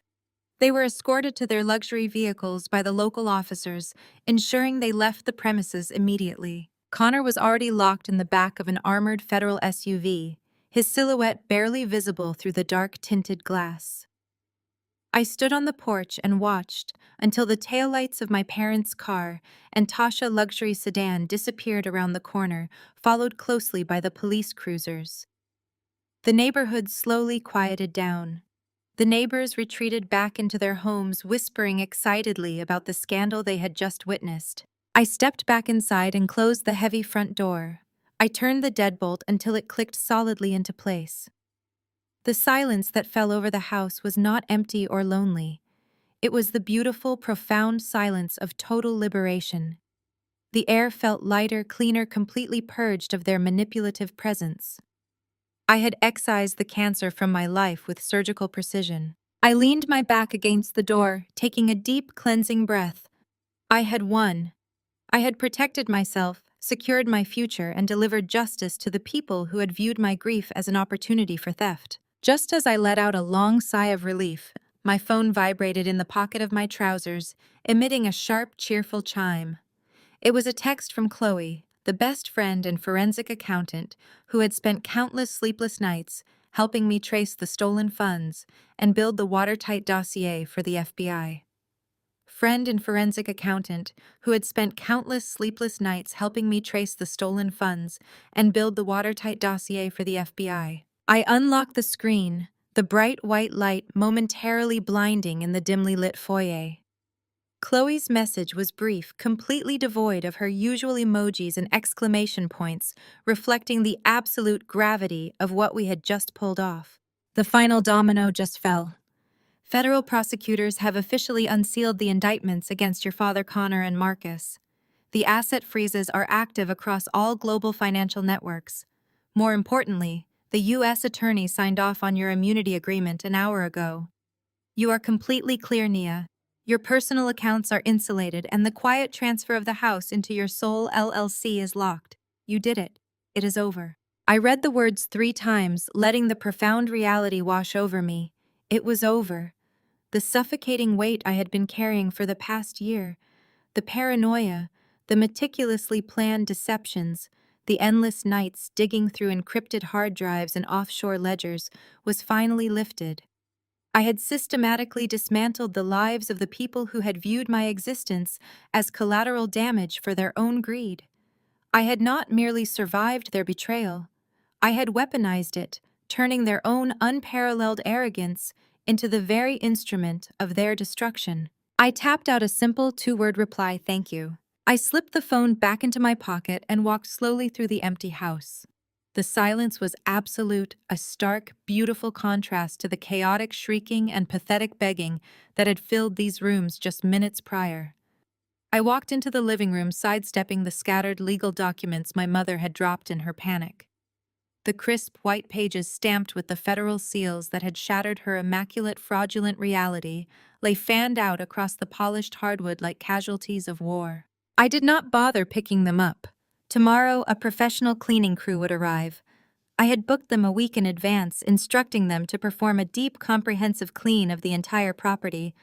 I wanted every trace of Marcus, every lingering scent of my parents' expensive perfumes, and every echo of Tasha's whining entitlement scrubbed from the walls. I moved toward the kitchen, my heels clicking softly against the floorboards. The marble countertops were pristine, save for the smart speaker that had broadcasted Marcus's humiliating demise. I poured myself a glass of cold water, the crystal cool against my skin. I stood by the bay windows, looking out into the backyard. The meticulously landscaped garden, paid for with the stolen retirement funds of elderly churchgoers, was bathed in the pale silver glow of the moon. It was a beautiful view, but I knew I would not be staying to enjoy it. This house, despite its grandeur and luxury, was a monument to a life I no longer recognized. A marriage that had been a hollow lie from the very beginning. I had already listed the property through a private, discreet broker. The ink on the LLC transfer was dry, and the house would go on the market by Monday morning. I did not need the square footage, and I certainly did not need the ghosts. My mind wandered to Marcus, shivering in a filthy, overcrowded holding cell in Cancun, stripped of his designer suits and his stolen wealth. He would spend the next few weeks navigating the brutal reality of the Mexican penal system before being unceremoniously extradited to American soil, where a team of incredibly motivated federal prosecutors was waiting to dissect his life. He would face decades in a federal penitentiary. He would lose his youth, his freedom, and the absolute control he so desperately craved. I thought of Connor, whose aggressive corporate bravado had evaporated the second the cold steel of the handcuffs snapped around his wrists. He would be sharing a similar fate, his Ivy League education and country club memberships entirely useless in the face of federal racketeering charges. Tasha, stripped of her husband's stolen money and her own unearned arrogance, would be forced to navigate a reality she had mocked her entire life. She would have to find a real job, move into a cramped apartment, and explain to her children why their lavish lifestyle had vanished overnight. And my parents, the great Pastor Jerome and the demanding matriarch Brenda. Their spectacular fall from grace would be the lead story on every local news network by morning. The congregation they had systematically defrauded would demand answers, and the federal government would demand their freedom. Their pristine reputation, the currency they valued above all else, was completely bankrupt. They would spend their twilight years in a federal facility stripped of their private jets, their custom suits, and their unearned reverence. I finished the glass of water and set it in the sink. I felt no guilt. I felt no remorse. I had not forced them to steal. I had not forced Marcus to funnel millions of dollars through shell companies or to parade his mistress through luxury resorts on my dime. I had not forced my parents to bleed their congregation dry. They had made their choices blinded by a greed so profound it defied logic. I had simply turned on the lights and locked the doors behind them. I walked upstairs to the master bedroom, the space I had once shared with a man who was effectively a stranger. My suitcases were already packed, lined up neatly by the door. I had booked a first-class flight to Paris, departing the following evening. I intended to spend the next few months traveling untethered and completely free, exploring a world that was entirely my own. I had the financial independence they had unknowingly provided me, and the unshakable peace of mind that comes from absolute justice. I lay down on the pristine white duvet, the house perfectly quiet around me. There were no more lies to uncover. There were no more secrets to protect. The storm had finally passed, leaving behind a clear, brilliant sky. I closed my eyes, the ghost of a smile playing on my lips, and for the first time in over a year, I slept soundly, knowing the nightmare was completely irrevocably over. When I finally opened my eyes, the late afternoon sun was casting long golden shadows across the pristine white duvet. I had slept for 14 unbroken hours. It was a deep, dreamless sleep, the kind that only comes when your soul is completely unburdened. I rose from the bed and dressed in a sharply tailored black travel suit. My car to the airport was scheduled to arrive in exactly 1 hour. I walked down the grand staircase, my heels clicking rhythmically against the polished wood. The professional cleaning crew had come and gone while I slept, executing their tasks with silent efficiency. The house smelled of lemon cedar and absolute emptiness. Every trace of my former life, every fingerprint Marcus had left on the glass, every lingering drop of my mother-heavy perfume had been scrubbed out of existence. The massive house was a blank canvas, completely sanitized of the toxic parasites that had infested it. I walked into the kitchen and moved toward the massive marble island. Sitting perfectly in the center was a bottle of vintage Bordeaux I had been saving for a special occasion, alongside a single crystal glass. I picked up the heavy bottle, smoothly extracted the cork, and poured a generous measure of the dark red wine. I picked up the glass, the crystal catching the fading evening light. Slowly, I turned away from the counter and looked directly forward. If there were a camera capturing this moment, it would be mounted on a slow, elegant dolly track, circling smoothly around the kitchen island. It would push in gradually, capturing the profound, unshakable calm radiating from my face. I looked directly into the lens, breaking the invisible barrier between my reality and anyone watching. "Look at this kitchen," I said, my voice smooth and resonant, carrying easily through the vast, empty space. "Listen to that silence. It is the most expensive thing I have ever owned, and I did not have to steal a single dime to acquire it." I took a slow sip of the wine, letting the rich, complex flavors settle on my tongue before continuing. There is a distinct, unmatched clarity that comes from watching the ashes of your old life blow away in the wind. Right now, Marcus is sitting in a concrete holding cell in a Mexican precinct. By tomorrow, he will be in the custody of United States federal marshals. He truly believed he was the smartest man in any room. He thought his charm and his tailored suits made him invincible. He is about to learn that federal prosecutors do not care about his smile. He is facing decades in a federal penitentiary for wire fraud and money laundering.